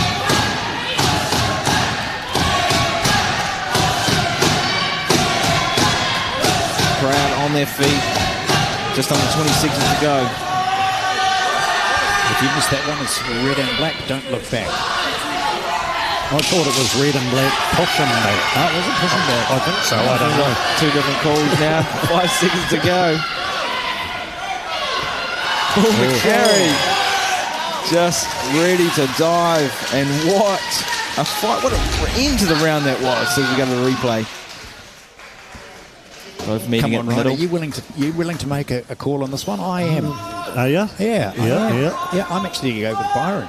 Yep. I thought he finished round 3. Yeah. First round, I probably would have given it to John. Second round, I think, was Byron. But he sort of finished a lot stronger. You could see that John was running out of steam a little. Yeah.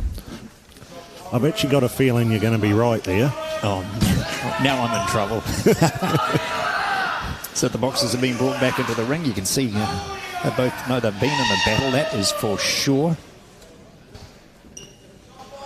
So the judges have made their decision. And we'll head down to our ring announcer, Danny Jonas. Good afternoon, ladies and gentlemen. Please welcome to ringside Mr. Chris Walker to make the presentation. Chris is currently the head coach of Bar Plenty and has coached over 10 national champions. Ladies and gentlemen, we have a winner by split decision and the New Zealand champion for 2021, fighting out of the red corner, John Pua. Thought that might be the case. There you have it. Yeah, a point in it. John Pua. Just 1 point. Very close. New Zealand champ. Well deserved. I mean, obviously he's landing those power shots and too much in the end to take it out from the Cantabrian, Byron Entel. But what a fight. You know, big boys. Good bout, wasn't it? Oh, it yeah. was. Yeah, it was fantastic. Yeah. And again, it's one of the lovely things about the sport is the camaraderie that goes on. Both going thanking the referee, Paul McSharry. So I think we've got a presentation to be made. So we'll head back downstairs, speak with Danny. Ladies and gentlemen, we would like to make another presentation. This is for the Unopposed Youth Female 70 kg. And to make the presentation, Mr. Steve Hartley, President of Boxing New Zealand.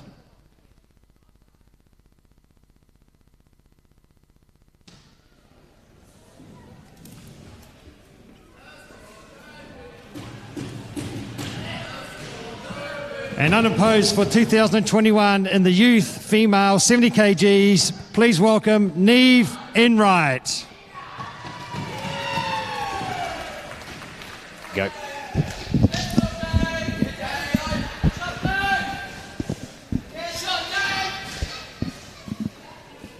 Presentation being handled by Steve Hartley. And we'll head after that. Yes, it's all done. So we'll find out now who our next fight is going to be. Danny. Boxers to the ringside, please.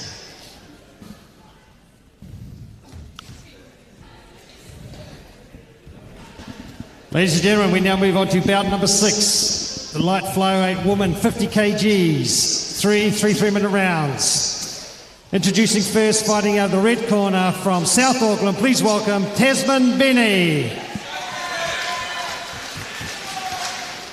And from Shamrock, fighting out of the blue corner, Holly McMahon. Well, if you are watching at home, don't you dare go away. This is one of the best New Zealand female fights you're going to see all afternoon, all weekend. Well, Tasman's a bronze medalist at the Com Games. Yes, yep. And we're just looking over at Holly, and this is today her final amateur fight. She's back into the professional ranks on the 20th of May, so experienced ladies ready to go. Massive Holly McMahon. I've done a few rounds of Holly back in the day at Mayhem, and let's just say she's way too fast and furious for me. I couldn't get a hand on her. Super speedy, and looks like she loves being there. You watch her fight today. She's going to put on a performance. Yeah, and we've had Tasman at the second Commonwealth Games camp. I've watched her spar a lot.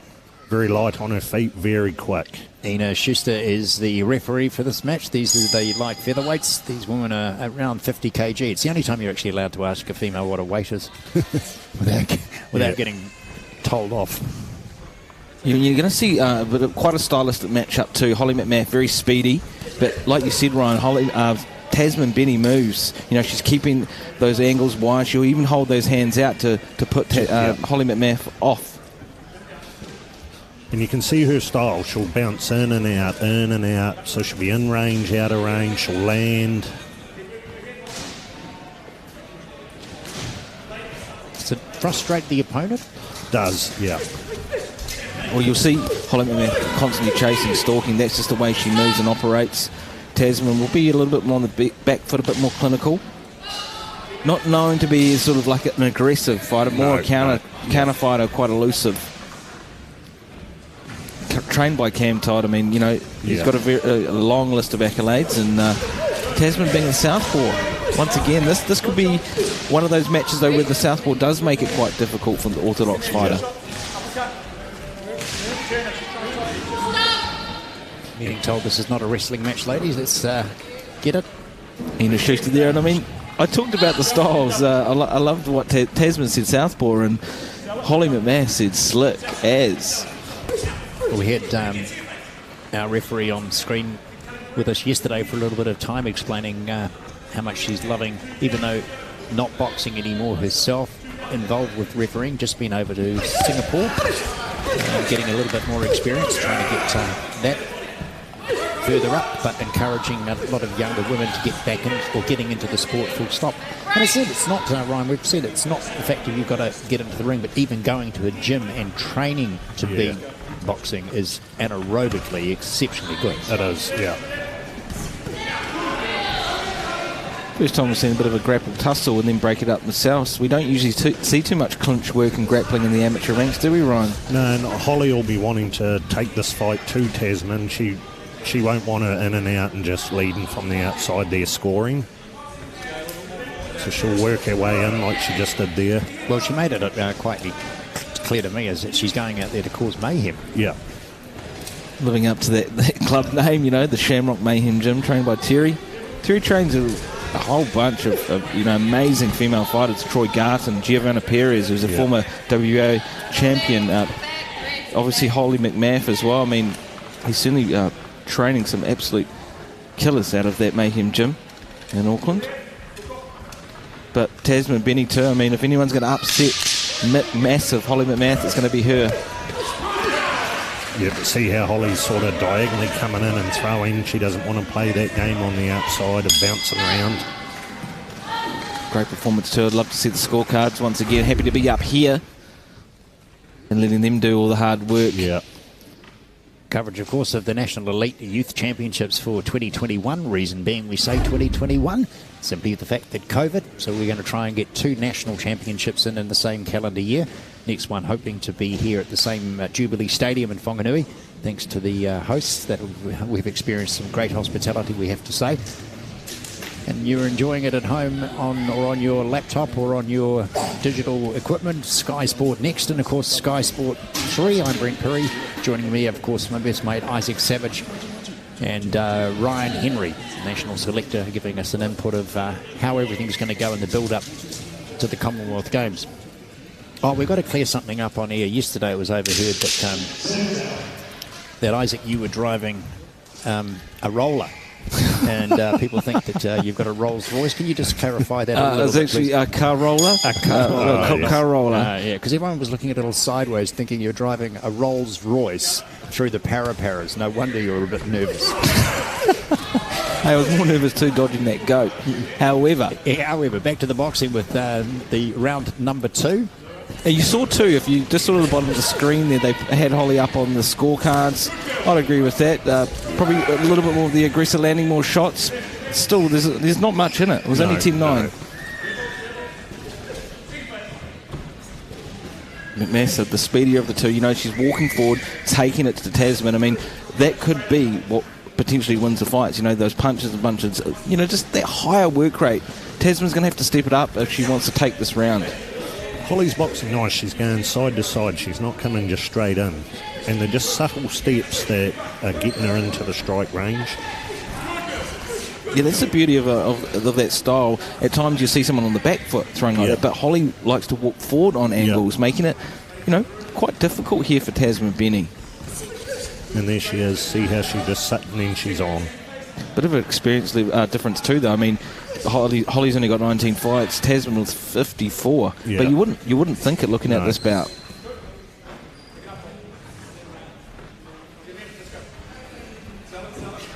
So don't forget, of course, we'll be back at 5 o'clock tonight, and we've got another 9 bouts for you, and there's some serious boxing to come when you look at some of the names appearing down here. I mean, the list goes on. Onyx Lai, Rennie Porter, Emil, the real deal's already fought before. He puts it on the line again tonight. And I mean, the final. All the Roman finals. Crichton. Yeah. Big super heavyweight final tonight. Against Saleh. That's going to be, he's got the super heavyweight. Is that going to go the distance? Is it going to go round 1, 2, 3? Or a KO in, the early stages?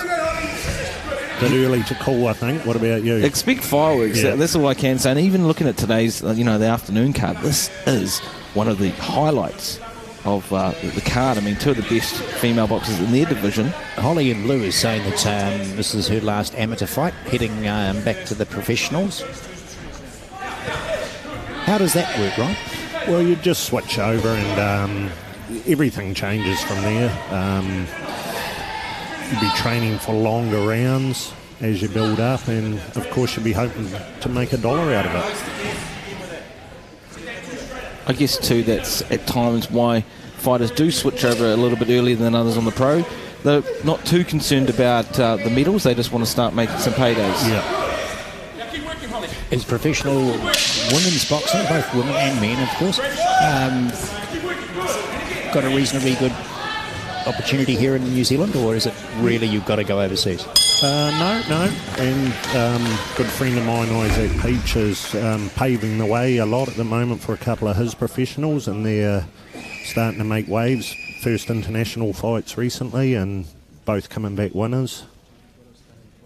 Well, that's the thing, right? We first off have to beat here in New Zealand, then start, like you said, making those overseas opportunities. Andre Mikhailovich, Jerome the Panther Pamploon. Yeah. Who could forget? It was here on the Nationals. Jerome Pamploon fought Dave Naker. I mean, when I first heard about that, I stopped everything to make sure that I was free at that time. Yeah, we're just looking at the judges' scorecard so far. Holly's got it by a couple against Tasman, but as you say, it only takes one round to actually pull that back. You can't disagree too with these scorecards. No. I mean, Holly McMath, she's taking it forward. She's like counter-striking, moving those angles, just slightly, edging over Tasman. Tasman really needs to step it up if she wants to steal this fight away from McMassive. And sometimes what we don't watch, we're watching the head and the gloves, but if you watch the footwork, you can see Holly's got her feet, balance, pace nice, edges away in, she's there already, and Tasman's not wanting to fight that game. She's wanting to bounce in and out and score and move off, and there's Holly on her again. And she's managed to be, once they're getting into that lock position, Holly's still got a bit of room underneath to come forward and just give her a little tap on the chin. Yeah.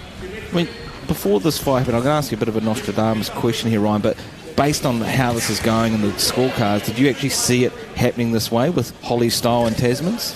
Yeah, maybe. I thought I really like Tasman with her movement, but Holly's just not letting her do that this bout, is she? Not taking the foot off the gas, just constantly moving forward and counter-striking, but it's also aggressive.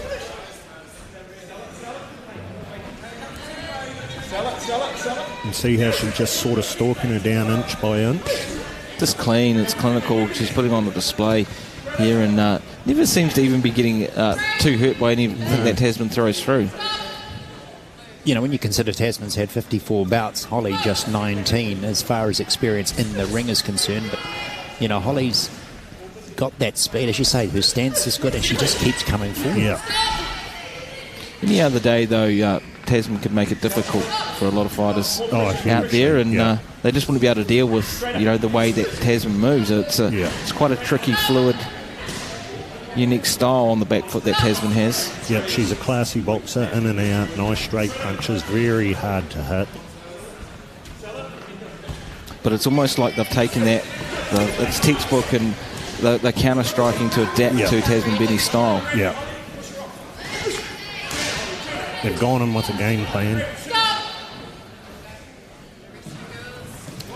One to watch too, McMassive. I mean, putting on a performance like this and then going pro, I've even seen her kickbox, so she's not afraid to mix it up in all sorts. No.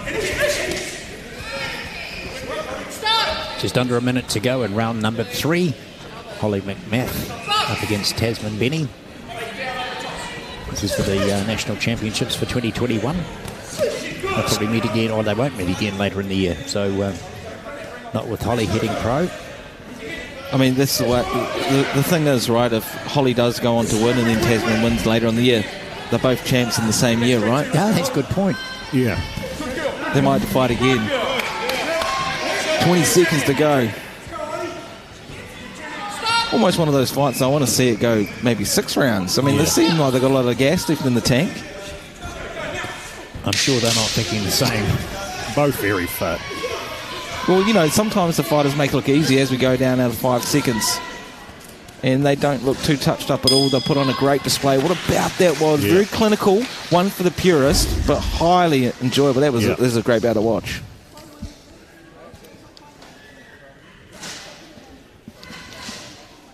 So both girls getting their gloves removed after you saw the highlight package. We've got a bantam, a feather and a lightweight yet to come in the afternoon program here at Jubilee Stadium here in Wanganui. Judges have made their decision. Both corners sort of going where we go.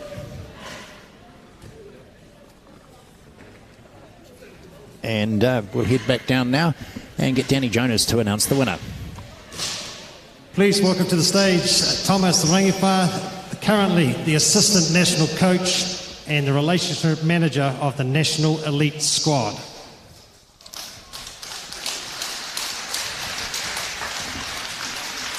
Ladies and gentlemen, we have a decision. It is a unanimous decision. Fighting out of the blue corner, Holly There McMahon. you have it, McMassive taking out the win. Holly McMath. Proud mum, what a fight that was. Yeah, goes out on a high too. Yeah. Last amateur fight, so she leaves as the national champion. I think she'd be, well, she looked on her face that she was one very happy boxer. Yeah. So we'll head back down to Danny Jonas. He can introduce us to the next two boxers to come to the ring. Officials and boxers to the ringside, please. So this is another female. This is the bantam 54 kilogram.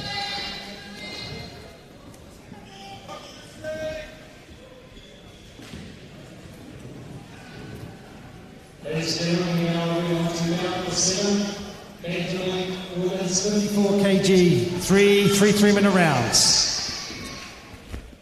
Introducing first from Wellington Hutt Valley, fighting out of the red corner, Anna Colley. And fighting out of the blue corner from Nelson, please welcome Christine Gillespie. One orthodox up against the southpaw, Christine Gillespie in the blue corner being a southpaw, and Anna Coley orthodox.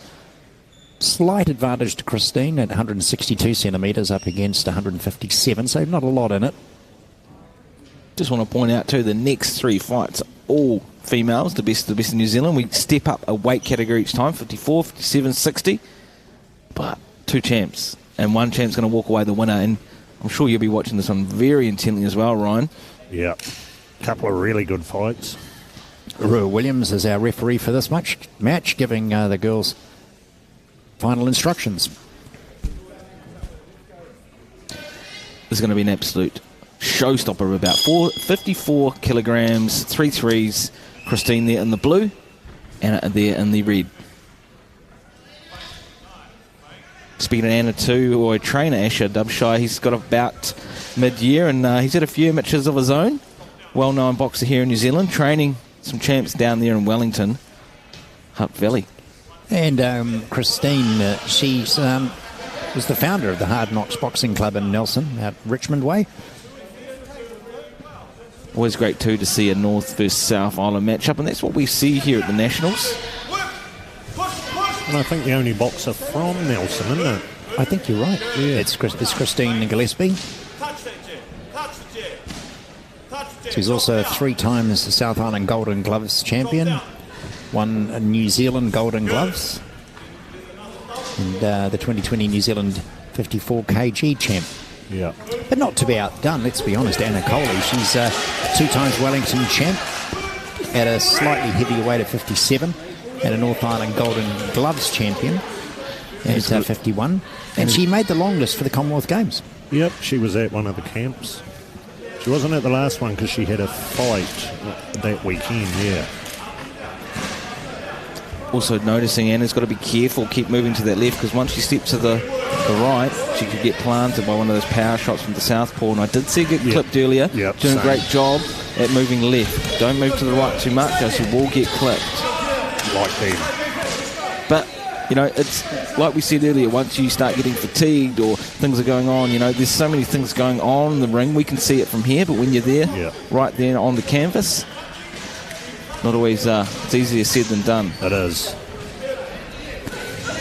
And Christine looks like she means business when she walks forward. You can sometimes just tell the way they throw those shots.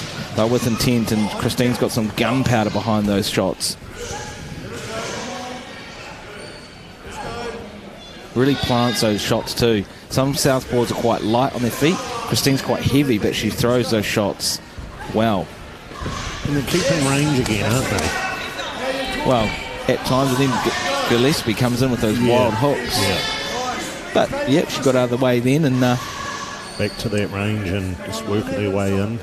the great thing about this fight too is they're the same height, so we're not seeing a tall versus short bout. It's basically the same height, just a stylistic matchup with the Southpaw Orthodox. Beautiful movement there that came under and over with that hook. Just a little bit speedier, looking a little bit more slightly finessed there with the blue fighter, Christine. Just looks like she does have that side experience, even though she's had less fights. Yeah, there's only 3 in it between Anna Colley with 19 and Christine Gillespie at 15. But there's a nice exchange between both. That was wild. They just sort of stood right in the corner and threw 4 shots exchanged. You can see they're not tall women either, because you can see when they're up against the rope. Yes. You know, they're pretty much even with it. We're being truthful about their height too. Yeah, these records. None of them are 7 foot. Loving what I see here though from the South Point. You can Christine Gillespie, and you can see why she's a 3-time South Island Golden Glove and 1-time New Zealand Golden Glove. She's been proving that here today, and as she walks forward with that confidence, you know, that jab, like closing off the ring there, closing into the corner. Keeping good range and just landing straight shots. And there it is there. Just finishing that round with dominance, and walks back to the corner like a boss, doesn't she? Yeah. She wants us. Add to that list of titles, I think. You can see that she connected just on that last highlight part of the reel, that she was able to get that left hand coming over the top twice in that one little exchange. Huge Very, shots. very quick. Yeah. Must be good too for, you know, all those watching back home, especially in Nelson, when they see their trainer, founder of Hard Knocks, throwing with such confidence in the ring here today. Yeah. Getting some instruction. This is Anna in the throwing the just jumped away from Asher Derbyshire, looking after Anna, and Barry Galbraith looking after Christine in the blue. Also got some information here though on Anna Colley in red. She's on the Commonwealth Games long list. What does that exactly mean, Ryan? Well, the long list is where you need to have all your details in. What that entails is everything you need before you go to the camps, everything the NZOC needs, and you end up on a list of boxes that we start to work our way down until we get to the top. Yeah. So in layman's terms, with the long list, the short list would just mean you're at that much more at an advantage to go through to the Commonwealths? Yeah, and we're starting to get through to the short list, because we've been doing this for a few months now, so... When are these names going to be released? You're not going to win that, Isaac. I'll tell you now. You're not going to get it out of it. I mean, I mean like a date. You wouldn't have enough money in the reserve bank. With the games in June, July, we must have a date where those names will be released. It will be coming out shortly. Enough said. These boxers both are willing to go upstairs and downstairs. Just watched that little exchange just a few seconds ago. And as I said, the hand speed of both these girls is very, very good. Love it too, though. Just look at Anna Colley. Beautiful tight right guard, and that jab's coming out. So not getting lazy, not getting fatigued. Still a nice, strong style, keeping Christine at bay. And that will probably enforce Christine not to be too wild, because she knows she's going to get through that strong stance. Nice jab again. Just good, clean boxing at the moment. They're not rushing it. See the guard slightly changing now. She's trying to put off the orthodox fighter. Still standing with that right leg leading, but starting to change the hands and potentially trying to switch it up. But you can't, you know, I love the guard here. Like you said, clean, good boxing here from Anna. Not letting Christine dominate or bully around too much. Potentially in the first round, but she's sort of adapting now and seeing what Christine's got. And you can see Anna keeping her right hand very high by the chin to stop that southpaw power shot coming through. Which is great, right? You've got to keep that hand like glue, especially against the southpaw. Tuck that elbow right into your midriff, really, and then that keeps the arm up. And not expelling a lot of energy off that hand either. What we've seen too, though, with some of the heavier, taller fighters is they'll go to the low to the body, those arms will slightly come up, and they'll attack, and the arms will come down, and that's a beautiful guard there from Anna. You alluded to it perfectly, Ryan, how her right hand was close to the chin, but also her elbow was tucked in to protect that body. Well, the more it's tight like that, it's only a small movement to catch the punch. If her hands are way out, it's a big movement. More than likely, you're going to get caught. Yeah, and let's just see too if it does move or slightly, change. Is Gillespie going to take advantage of that? Yes, well, she did lovely on that. She did on the right side. Yeah, nice exchange. They know it's that 10 seconds to go at the end part of round number 2. bit more of an even round, that one, wasn't it? Yeah, and the other thing I was just going to make a comment on is the likes of Rua Williams, who's our referee, is how the referees during this tournament thus far, and I'm not wanting to jump the gun, but they're letting the boxers deal with it, unless they're really locked up. They're letting these boxers try and work it all out and get back onto the boxing as opposed to the grappling. Look at this replay. They're just putting hooks on books, and that was fantastic. They were both swinging for it, going for it. I mean, hard one to call. I mean, the first round you could say it could be in favour of blue, but that one was fairly even. Yep. And, of course, we've got 2 more bouts to go. Coming up next is the featherweight. That's women's 57 kg. And then we jump up to the lights, which is 60. Only a little bit in it, but, of course, it's powerhouse boxing, we can assure you, in the amateur ranks. So we're into round number 3. You could see Anna in the corner smiling with her trainer. She's loving it, isn't she? That's what we're going to see. And they're both having fun out there. It's obviously very competitive, and one of them's going to walk home the champ. Christine Gillespie. Not making around. Look at that. A couple of lovely body shots, and then brought that right hand over and connected. It was a solid 8 to 10 punch combo, wasn't it? Was followed by a spear tackle into the ropes. A little bit like a Gatling gun. Yeah. I mean, I haven't seen that much ferocity this whole afternoon with those sort of hooks, and loving what I see, because they're just meeting fire. Here we go again. She's got to get herself off the ropes now, because Anna's worked it out that as soon as she spun around, Christine spun around. I love it that once one fighter goes, the other one goes. It's almost like, lighting off 2 fireworks. I think Rua Williams, the referee's enjoying it with a smile on his face. He's loving this. Yeah. He's just sitting back watching. I mean, he better get ready to jump in again soon if they unleash. More than one with it. More than one with it. And Christina's just nice. I think also because they both boxed really well the first 2 rounds, they got a bit of gas to let go in this round, don't they? Well, it's a great thing too about the lighter weights. They just throw like they do. Like you see Gatling guns. I mean, certainly a display here with those hooks. That last combination of Christine's was just like, and it was like... I would not want to be on the receiving end of that, and hat off to Anna Colley. She's just fighting fire. It's a great display of boxing here. Boxing, but also heart, grit, soul. What they put in the rounds of the year. They've got the fitness. They wouldn't be standing if they hadn't been doing the road work, Ryan? Yeah. And it's not slugging. They are actually boxing really well. All connected nicely there. And that's what, the road work, the sparring, the rounds, the mitts actually does. The skipping, it all contributes to being able to throw in there for 3 threes. Yeah. And credit to these. I said it to a number of friends of mine when they're sort of watching amateur boxing compared to the professional, the heavyweight, which we're going to see tomorrow morning or tonight? Or tomorrow morning. Tomorrow morning about that. When you're trying to commentate something like these amateurs, they're throwing so many punches within a 3-minute period that it's hard to keep track. Yeah, it is. Yeah. Well, it's not the hurt game. Well, it is the hurt game, but it's not like pro boxing where they can grapple, they tussle, they can win it in the last round via KO. They've pretty much got 3 threes or 3 twos to just put as many scores on doors cleanly and technically. Yeah. We're about to find out as we get into close to 15 seconds. When they hear that clapper at 10, you watch it, it'll just be literally flat out. They've already heard it, I think, and they're just going for it, guns blazing.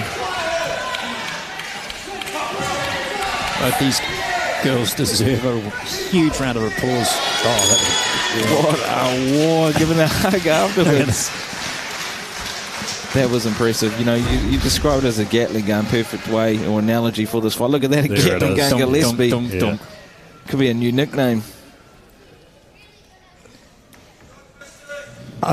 When looking at the replay, and thanks to our production team for providing us such, and you at home watching on Sky Sport Next and Sky Sport 3, the speed of those hands, even when you slow it down, you're thinking, that's quick. Well, yeah, that's on slow-mo. So I understand, looking down, the judges have made their decision. So we'll head down to our ring announcer, Danny Jonas. Welcome to the ring, Mr. Rex Jenkins, a coach for over 46 years, executive member of the New Zealand Boxing Coaches Association, life member of the New Zealand Boxers Coaches Association, life member of Boxing NZ, and former national coach of the junior squad.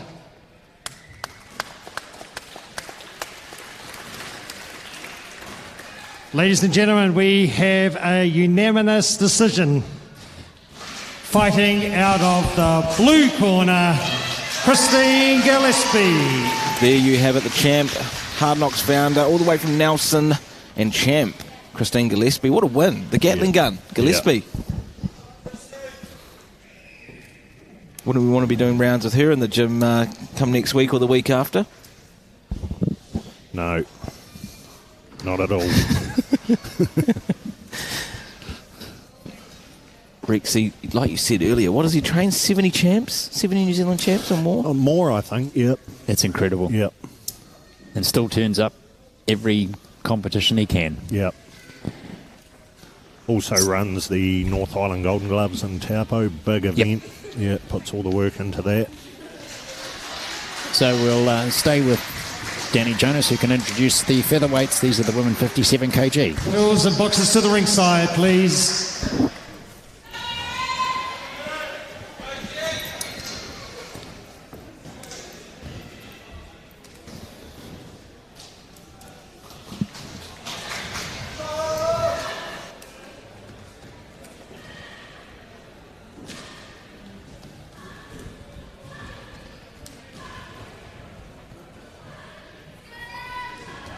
Ladies and gentlemen, we now move on to bout number 8, featherweight women's 57 kgs. Introducing first, fighting out of the red corner from Auckland, please welcome Erin Walsh.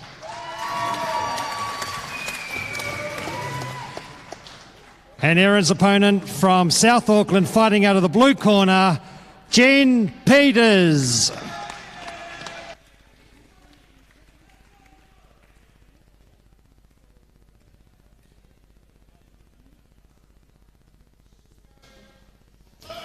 So looking forward to this. This is the featherweight 57. There's Jean Peters in the blue, Erin Walsh in the red corner, trained by Peach Boxing.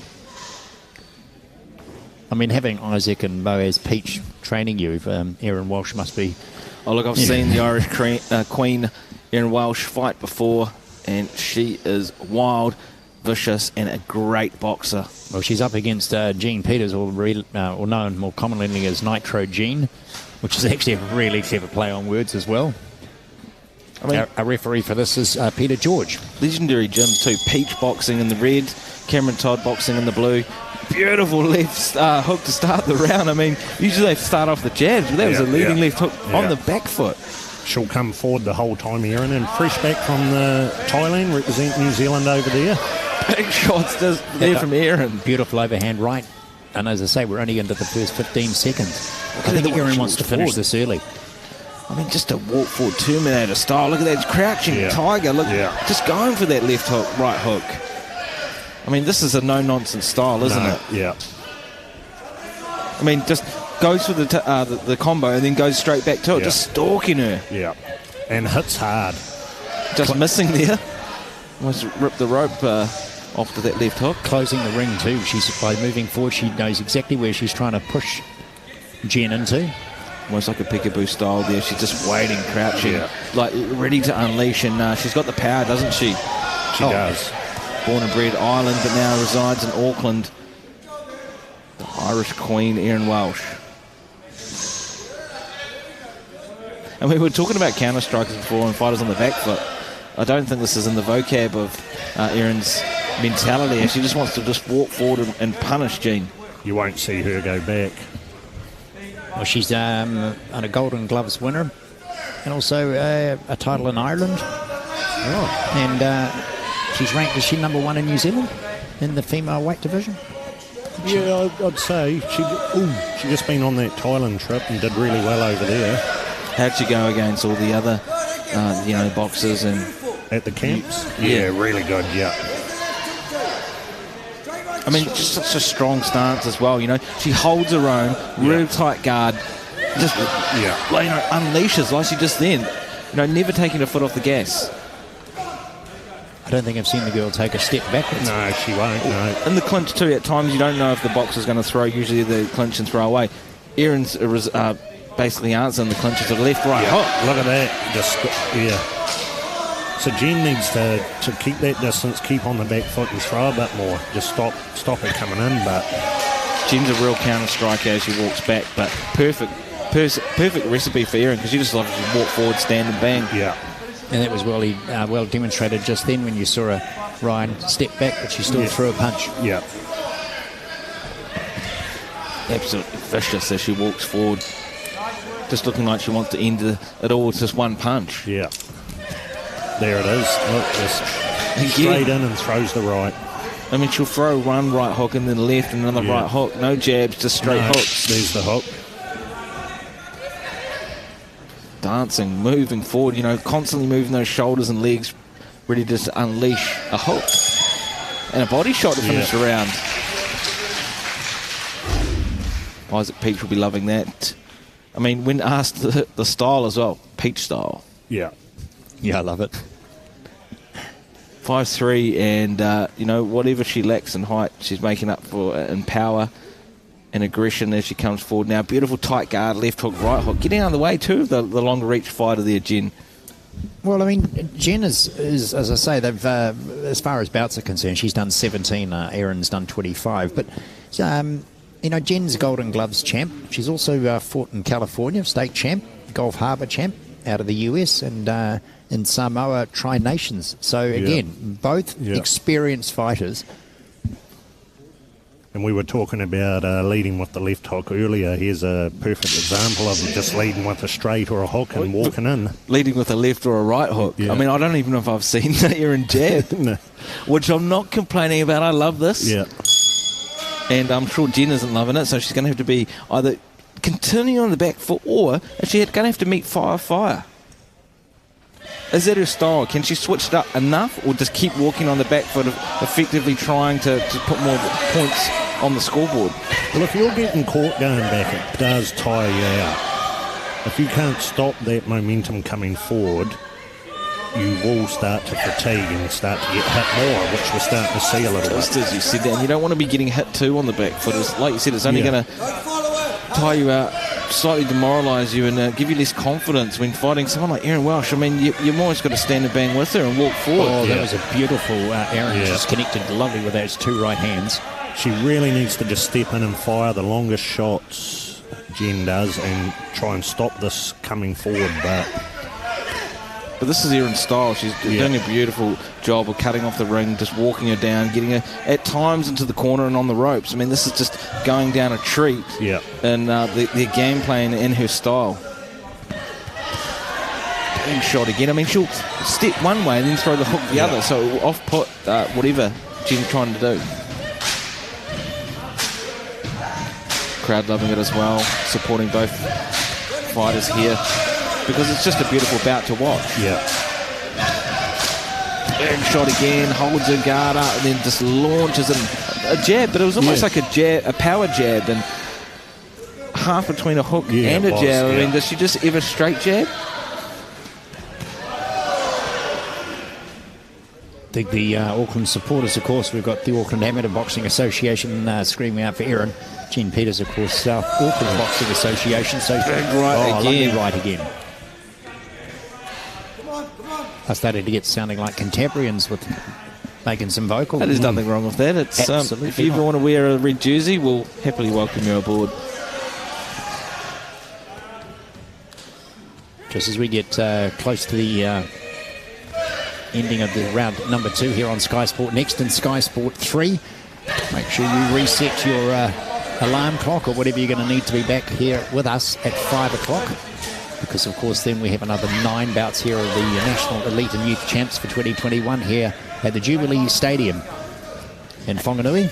How can you not love what we see here from Erin Welsh? I mean, just a no-nonsense style, constantly walking forward. I mean, she's going to be challenging for anyone. I would love to have seen her at their camps sparring. I mean, she would have been a tough customer for all. She just doesn't stop, does she?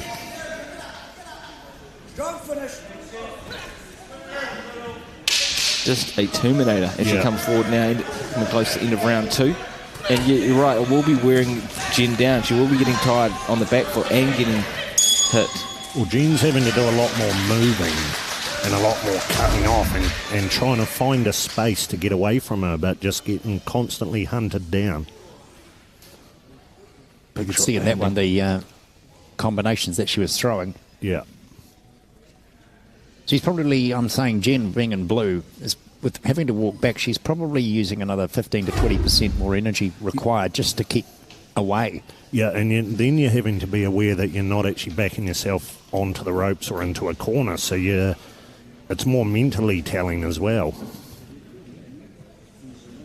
Looking at the scorecards now, it looks slightly in favour of Erin, but, you know, Jen's still landing, and with the replay too, you saw the odd sneaky clean hook landed from Jen on the back foot. It's great with the graphics too, because for those armchair judges sitting at home trying to work it out like we are up in the commentary booth, it can be sometimes a little tricky, shall we say it, in a polite way. And Ralph's running into the ring now, ready to get the show started. Peter George just wasn't quite sure what was happening with Erin's chin strap. I don't expect there'll be anything other than full fireworks for the next 3 minutes between these two girls. Jean Peters on the Big ring. shot again. Yeah. I mean, some of these hooks are just devastating the way they land. For them to still be standing, especially Jen, on the receiving end most of the time. Absolute warrior. She's got to get herself to the centre of the ring, so when she steps back, she's got room any which way she goes. Erin doing a great job, though, of just closing off that distance every time. No matter where Jen goes, she's just like a piranha, a shark to blood as she hunts her down. Now, that's an analogy I haven't heard before. Well, I'm just a bit aggressive, you know. And watching Erin in here today, I thought that'd be the perfect way to describe her. 3 threes. Peter George, the referees from my wee hometown in Port Chalmers there. Port Chalmers getting another shout out. Yeah. What time's the party kicking off down there? I'd say it's already kicked off. It's great to have those of you, if you're able to get hold of this, please do, because finding out, was it last night competition we had somebody in Hungary, wasn't it? Somewhere really bizarre who was sitting and watching. So if you are overseas, away from our fine shores here in Aotearoa, drop us a line. Give you a bit of a shout out. Just over a minute and a bit to go. Speaking of shout outs, I mean, look at them walk forward now. I mean, this is an absolute war. Loving what we see. Fireworks, as you called it earlier, but I mean, they're leaving nothing for the road home. Absolutely not. Big shots again, landing.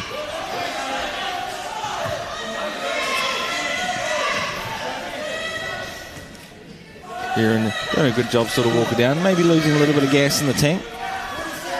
Jen's starting to sort of pop off now and land a few shots of her own. Well, not going back so much, is she? She's having to stand there and fire now.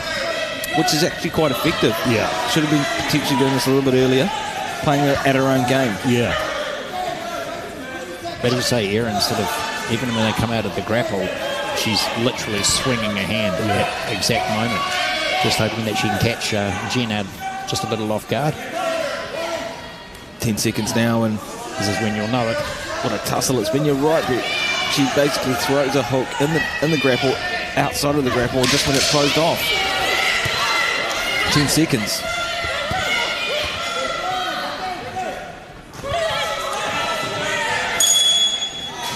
What a round, what a bout that was.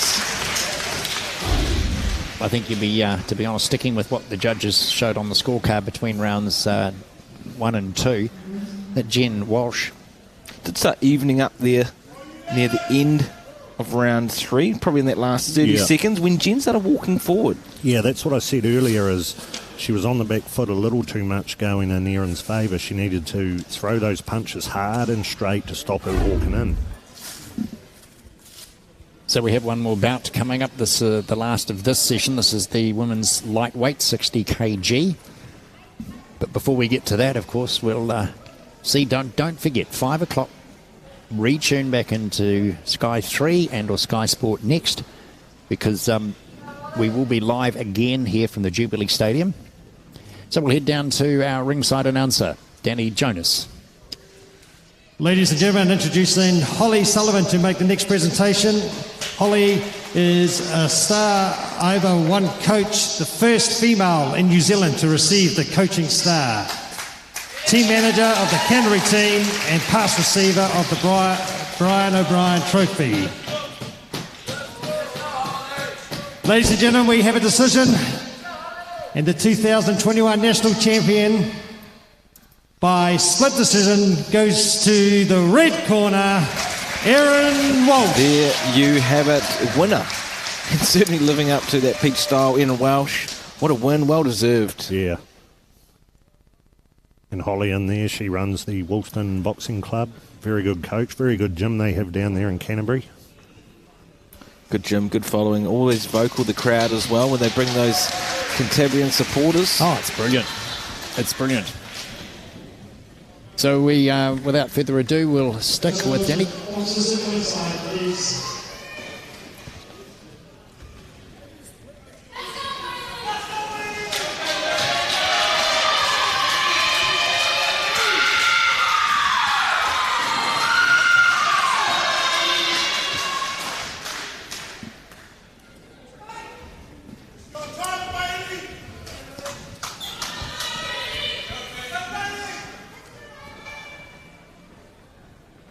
Ladies and gentlemen, we now have the final bout for this afternoon's session. Introducing out of the red corner from Auckland, please welcome Bailey McDonald.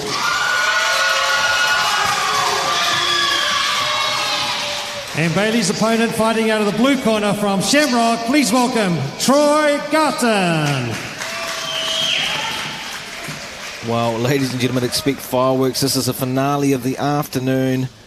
There's a lot on the line, bragging rights, the title, but two champs, Bailey McDonald there in the red, Troy Garden in the blue.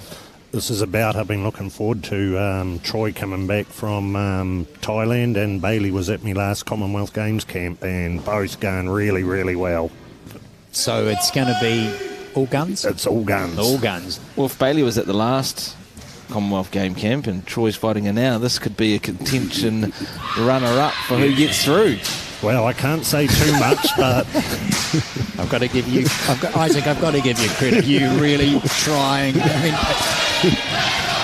well, no, you just said it, Ryan. You gave a little bit away there. That Bailey was at the Commonwealths. Troy has not gone there yet. It's Troy's to win if she can beat Bailey, but Bailey, is a tough customer. She's no walkover. One of the best, or if not the best, in New Zealand, and certainly stamping a mark here early on. Bailey, of course, might be in Auckland at the moment, but she's born and raised in Gizzy. So a shout out to all the whānau and friends up there in Gisborne. I mean, coming from great gyms as well, Troy Garden out of Mayhem, same gym as Holly McMahon, Giovanna Perez, champs in itself, trained by Terry. Great gym, and they produce amazing female fighters. Troy's a 4-time NZ champ, but Bailey, trained by Chad Mills, 100 fights. The box office, and her name. If you know boxing, amateur boxing New Zealand, you know who Bailey McDonald is. yeah. And if you don't, well, you're not following New Zealand boxing, are you, Ryan? I mean, stamped in a mark early. Troy coming out, but Bailey's. I haven't seen Bailey fight for some time. She looks like she's stepped up a mark even more. Yeah, and just on the move there and sticking her jab a lot. Nice counter punch there, though, from Troy. Yeah. I would assume that Troy's a little bit speedier of the two, but Bailey's certainly taking it to Troy today. She's a very good boxer, Troy. Or NZ champ times 4. She's travelled a bit around the world too, got a bit of experience in America, and like you said, overseas too, the last camp. Troy Garton, of course, with 4 New Zealand Championship titles. Yeah. And Bailey not to be outdone with 3 New Zealand champion, 3 golden gloves. Big shots there from Troy, the Trojan Garden.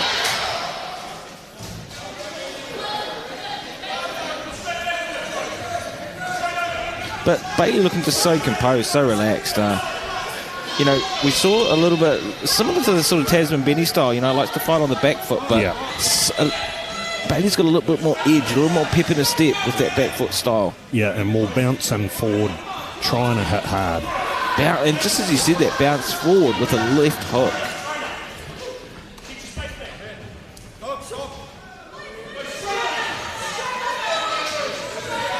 Just the way Bailey holds herself as well. You know, she's quite confident, quite strong. Yeah. Just a very experienced boxer. 3-time NZ champ, Golden Glove champ. I mean, we've got the two of the best of the best. Oh, it's fantastic. As you say, both boxers not leaving anything. With just 12 seconds to go, they'll get the clap. Referee's just... He's getting a little bit frustrated with the holding. Bit of a tussle there, but Troy unleashed a few body shots of her own. A big hook there to finish the round. I'd love to see the judges' scorecards on this one. Well, two very different styles too, isn't it? It is. I mean, Troy, the aggressor, well, especially there in the last round, but Bailey, I mean, beautiful counter-striking. And like we alluded to, like a little bit more aggressive, so landing on the back foot and coming forward as well. And Troy's jabs just keeping her at bay, and then when she's happy to come forward again, she's able to connect with that second overhand right. Everyone watching that screen intently, and Troy Garden is up. Yes. By 1 in all favour of the judges. Close round though. Very close. Terry giving some words of wisdom to Troy the Trojan, and I'm sure Chad Milnes will be giving Bailey some great words and advice there for what to do in round 2. Troy Garden looking like she's ready to rock and roll. Yeah. Come out early. Very fit, isn't she? And Bailey's supporting club have just started going. You may hit it for our effect, Mikes. Beautiful start here from the Trojan. I mean, she didn't start round 2 as she did round 1, and she's coming out looking very confident. Yeah.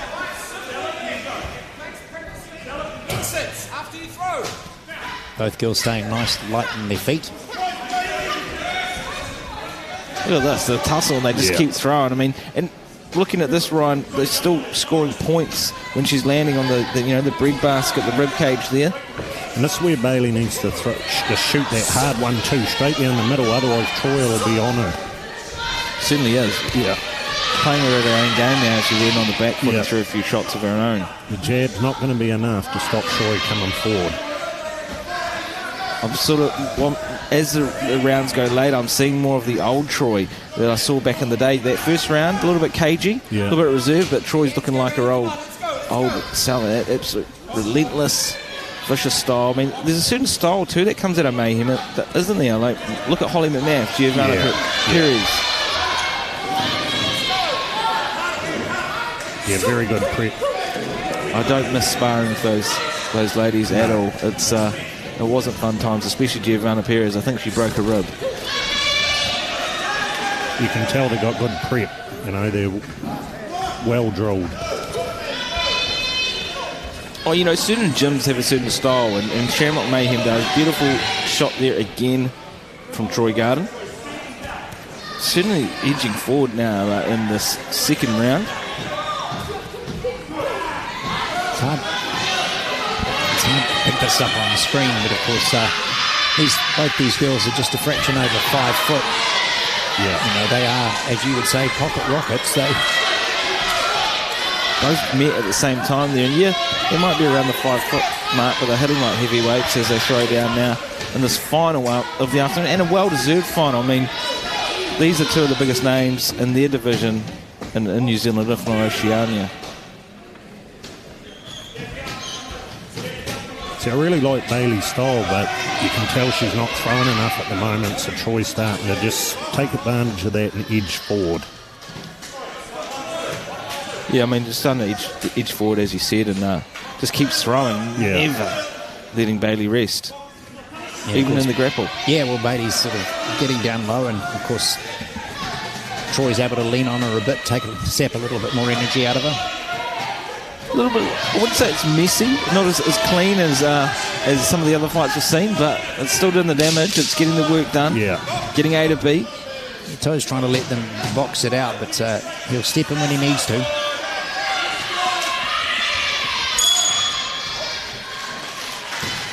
Busy round again. It'll be interesting to see what the judges are thinking, because they've got just 3 minutes to either win it or change it. Crowd are loving this, and I bet all those watching back home are as well.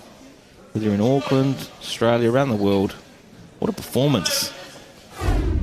Just got a little bit messy right at the end of that second round. Just got a little untied, and I'm sure the corners are saying, look, And it's not going to work for you doing it this way. This will be the last time I throw it out there, but Yeah. Bailey, Commonwealth Games last time, Troy beats her. I think it puts her in a good spot. Yeah, and Troy's just got a slight advantage at the moment. But it's pretty much going to be unanimous if it stays like it is, because she's basically won the judges over, all 5 judges in rounds 1 and 2. Yeah. Commonwealth Games camp, but it doesn't mean anything yet. Terry Reid Batchelor too. I mean, great trainer, loves that head movement, coming back and forth. You know, being a shorter heavyweight, he took on some of the big boys back in the day, didn't he? Yeah. Ryan putting me in my place there with the questions around the com games. Hey, I'm working, I'm singing for my supper around the dates, that kind of thing. I know everyone back home will be wondering too. Anyways, round 3, the money round.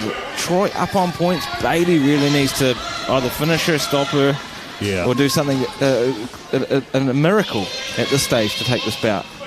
Yeah, just jabbing on the back foot's not going to be enough here. She's got to go in swift. That's better, landing the right there. Coming off with the hook, circling off, but needs to go again. It just goes to show too that if you are winning the round, it can just change everything going into round 3. Yeah. Round 1 was super close. Yeah. You know, it was 10-9. Yeah. I did feel round 2 was more in favour of Troy, but it was still another 10-9 round. But she won those 2 rounds, which puts her forward. Managed to sneak that right hand through, did Troy over Bailey. 2 minutes down, 1 minute down, 2 to go. Great work rate here from Garden, the Trojan. Just walking Bailey down now with 1.5 to go. A little bit scrappy. Yeah. You know, a few tussles, and they're throwing body shots back and forth. Good jabs though there from Trojan. Yeah, see, this gets a little bit messy, and that just takes away from actually the quality of the boxing both Troy and Bailey have been showing in rounds 1 and 2, but just over a minute to go. Maybe a little bit of fatigue, not sure, but both seem to be light on their feet. But what is it a mix of, Ryan? Is it Troy forcing it to be messy, or Bailey allowing her to even get inside and not moving away? Both, actually. And it's just getting messier and messier, isn't it, as it goes on? Is it fatigue as well, though? I mean, it's harder to fend someone off, and you get a bit lazy. You actually do want to fall into a grapple at time to get a few more gulps of air. Yeah, I think it's probably going to be frustration on Bailey's behalf. The more frustration she gets, the more this is going to happen. And I can see this happening for the next 30 seconds. But the thing is, too, though, when they do grapple and tussle, Troy doesn't really let her get away with it. Just throw a body shot. So she's saying, if you want to tussle with me, that's fine. I'm just going to throw a few at the body. You watch, it'll happen again. There it is, straight away. Look, it'll happen for the rest of the fight. Here getting a bit... I think the referee's sort of saying, look, I've had enough of this. We want it. It's box. This is not a wrestling match, just with the 10 seconds to go. Big shots there from the Trojan. Should be pleased that it stops with the hair coming out of the headgear. Good bout there, and you can just see the frustration. A little bit of disappointment in there from Bailey McDonald. Yeah. And like you said, Ryan, a bit mix of both. Yes, a bit of tussling, but they didn't make it any easier on themselves. No. Still, we're going to see a New Zealand champ crowned very, very soon. Not saying which way it will go, but I'm sure relatively confident on what way it will go. You're pretty sure, aren't you? I think we are. So, of course, this is the Nationals being held here at the Jubilee Stadium here in Wanganui. An incredibly well-run event again. So we'll head down to our ring announcer, Danny Jonas. Ladies and gentlemen, can I please call Paul Georgieff to the ringside to make the presentation, please. Paul is the Executive Assistant for Boxing New Zealand.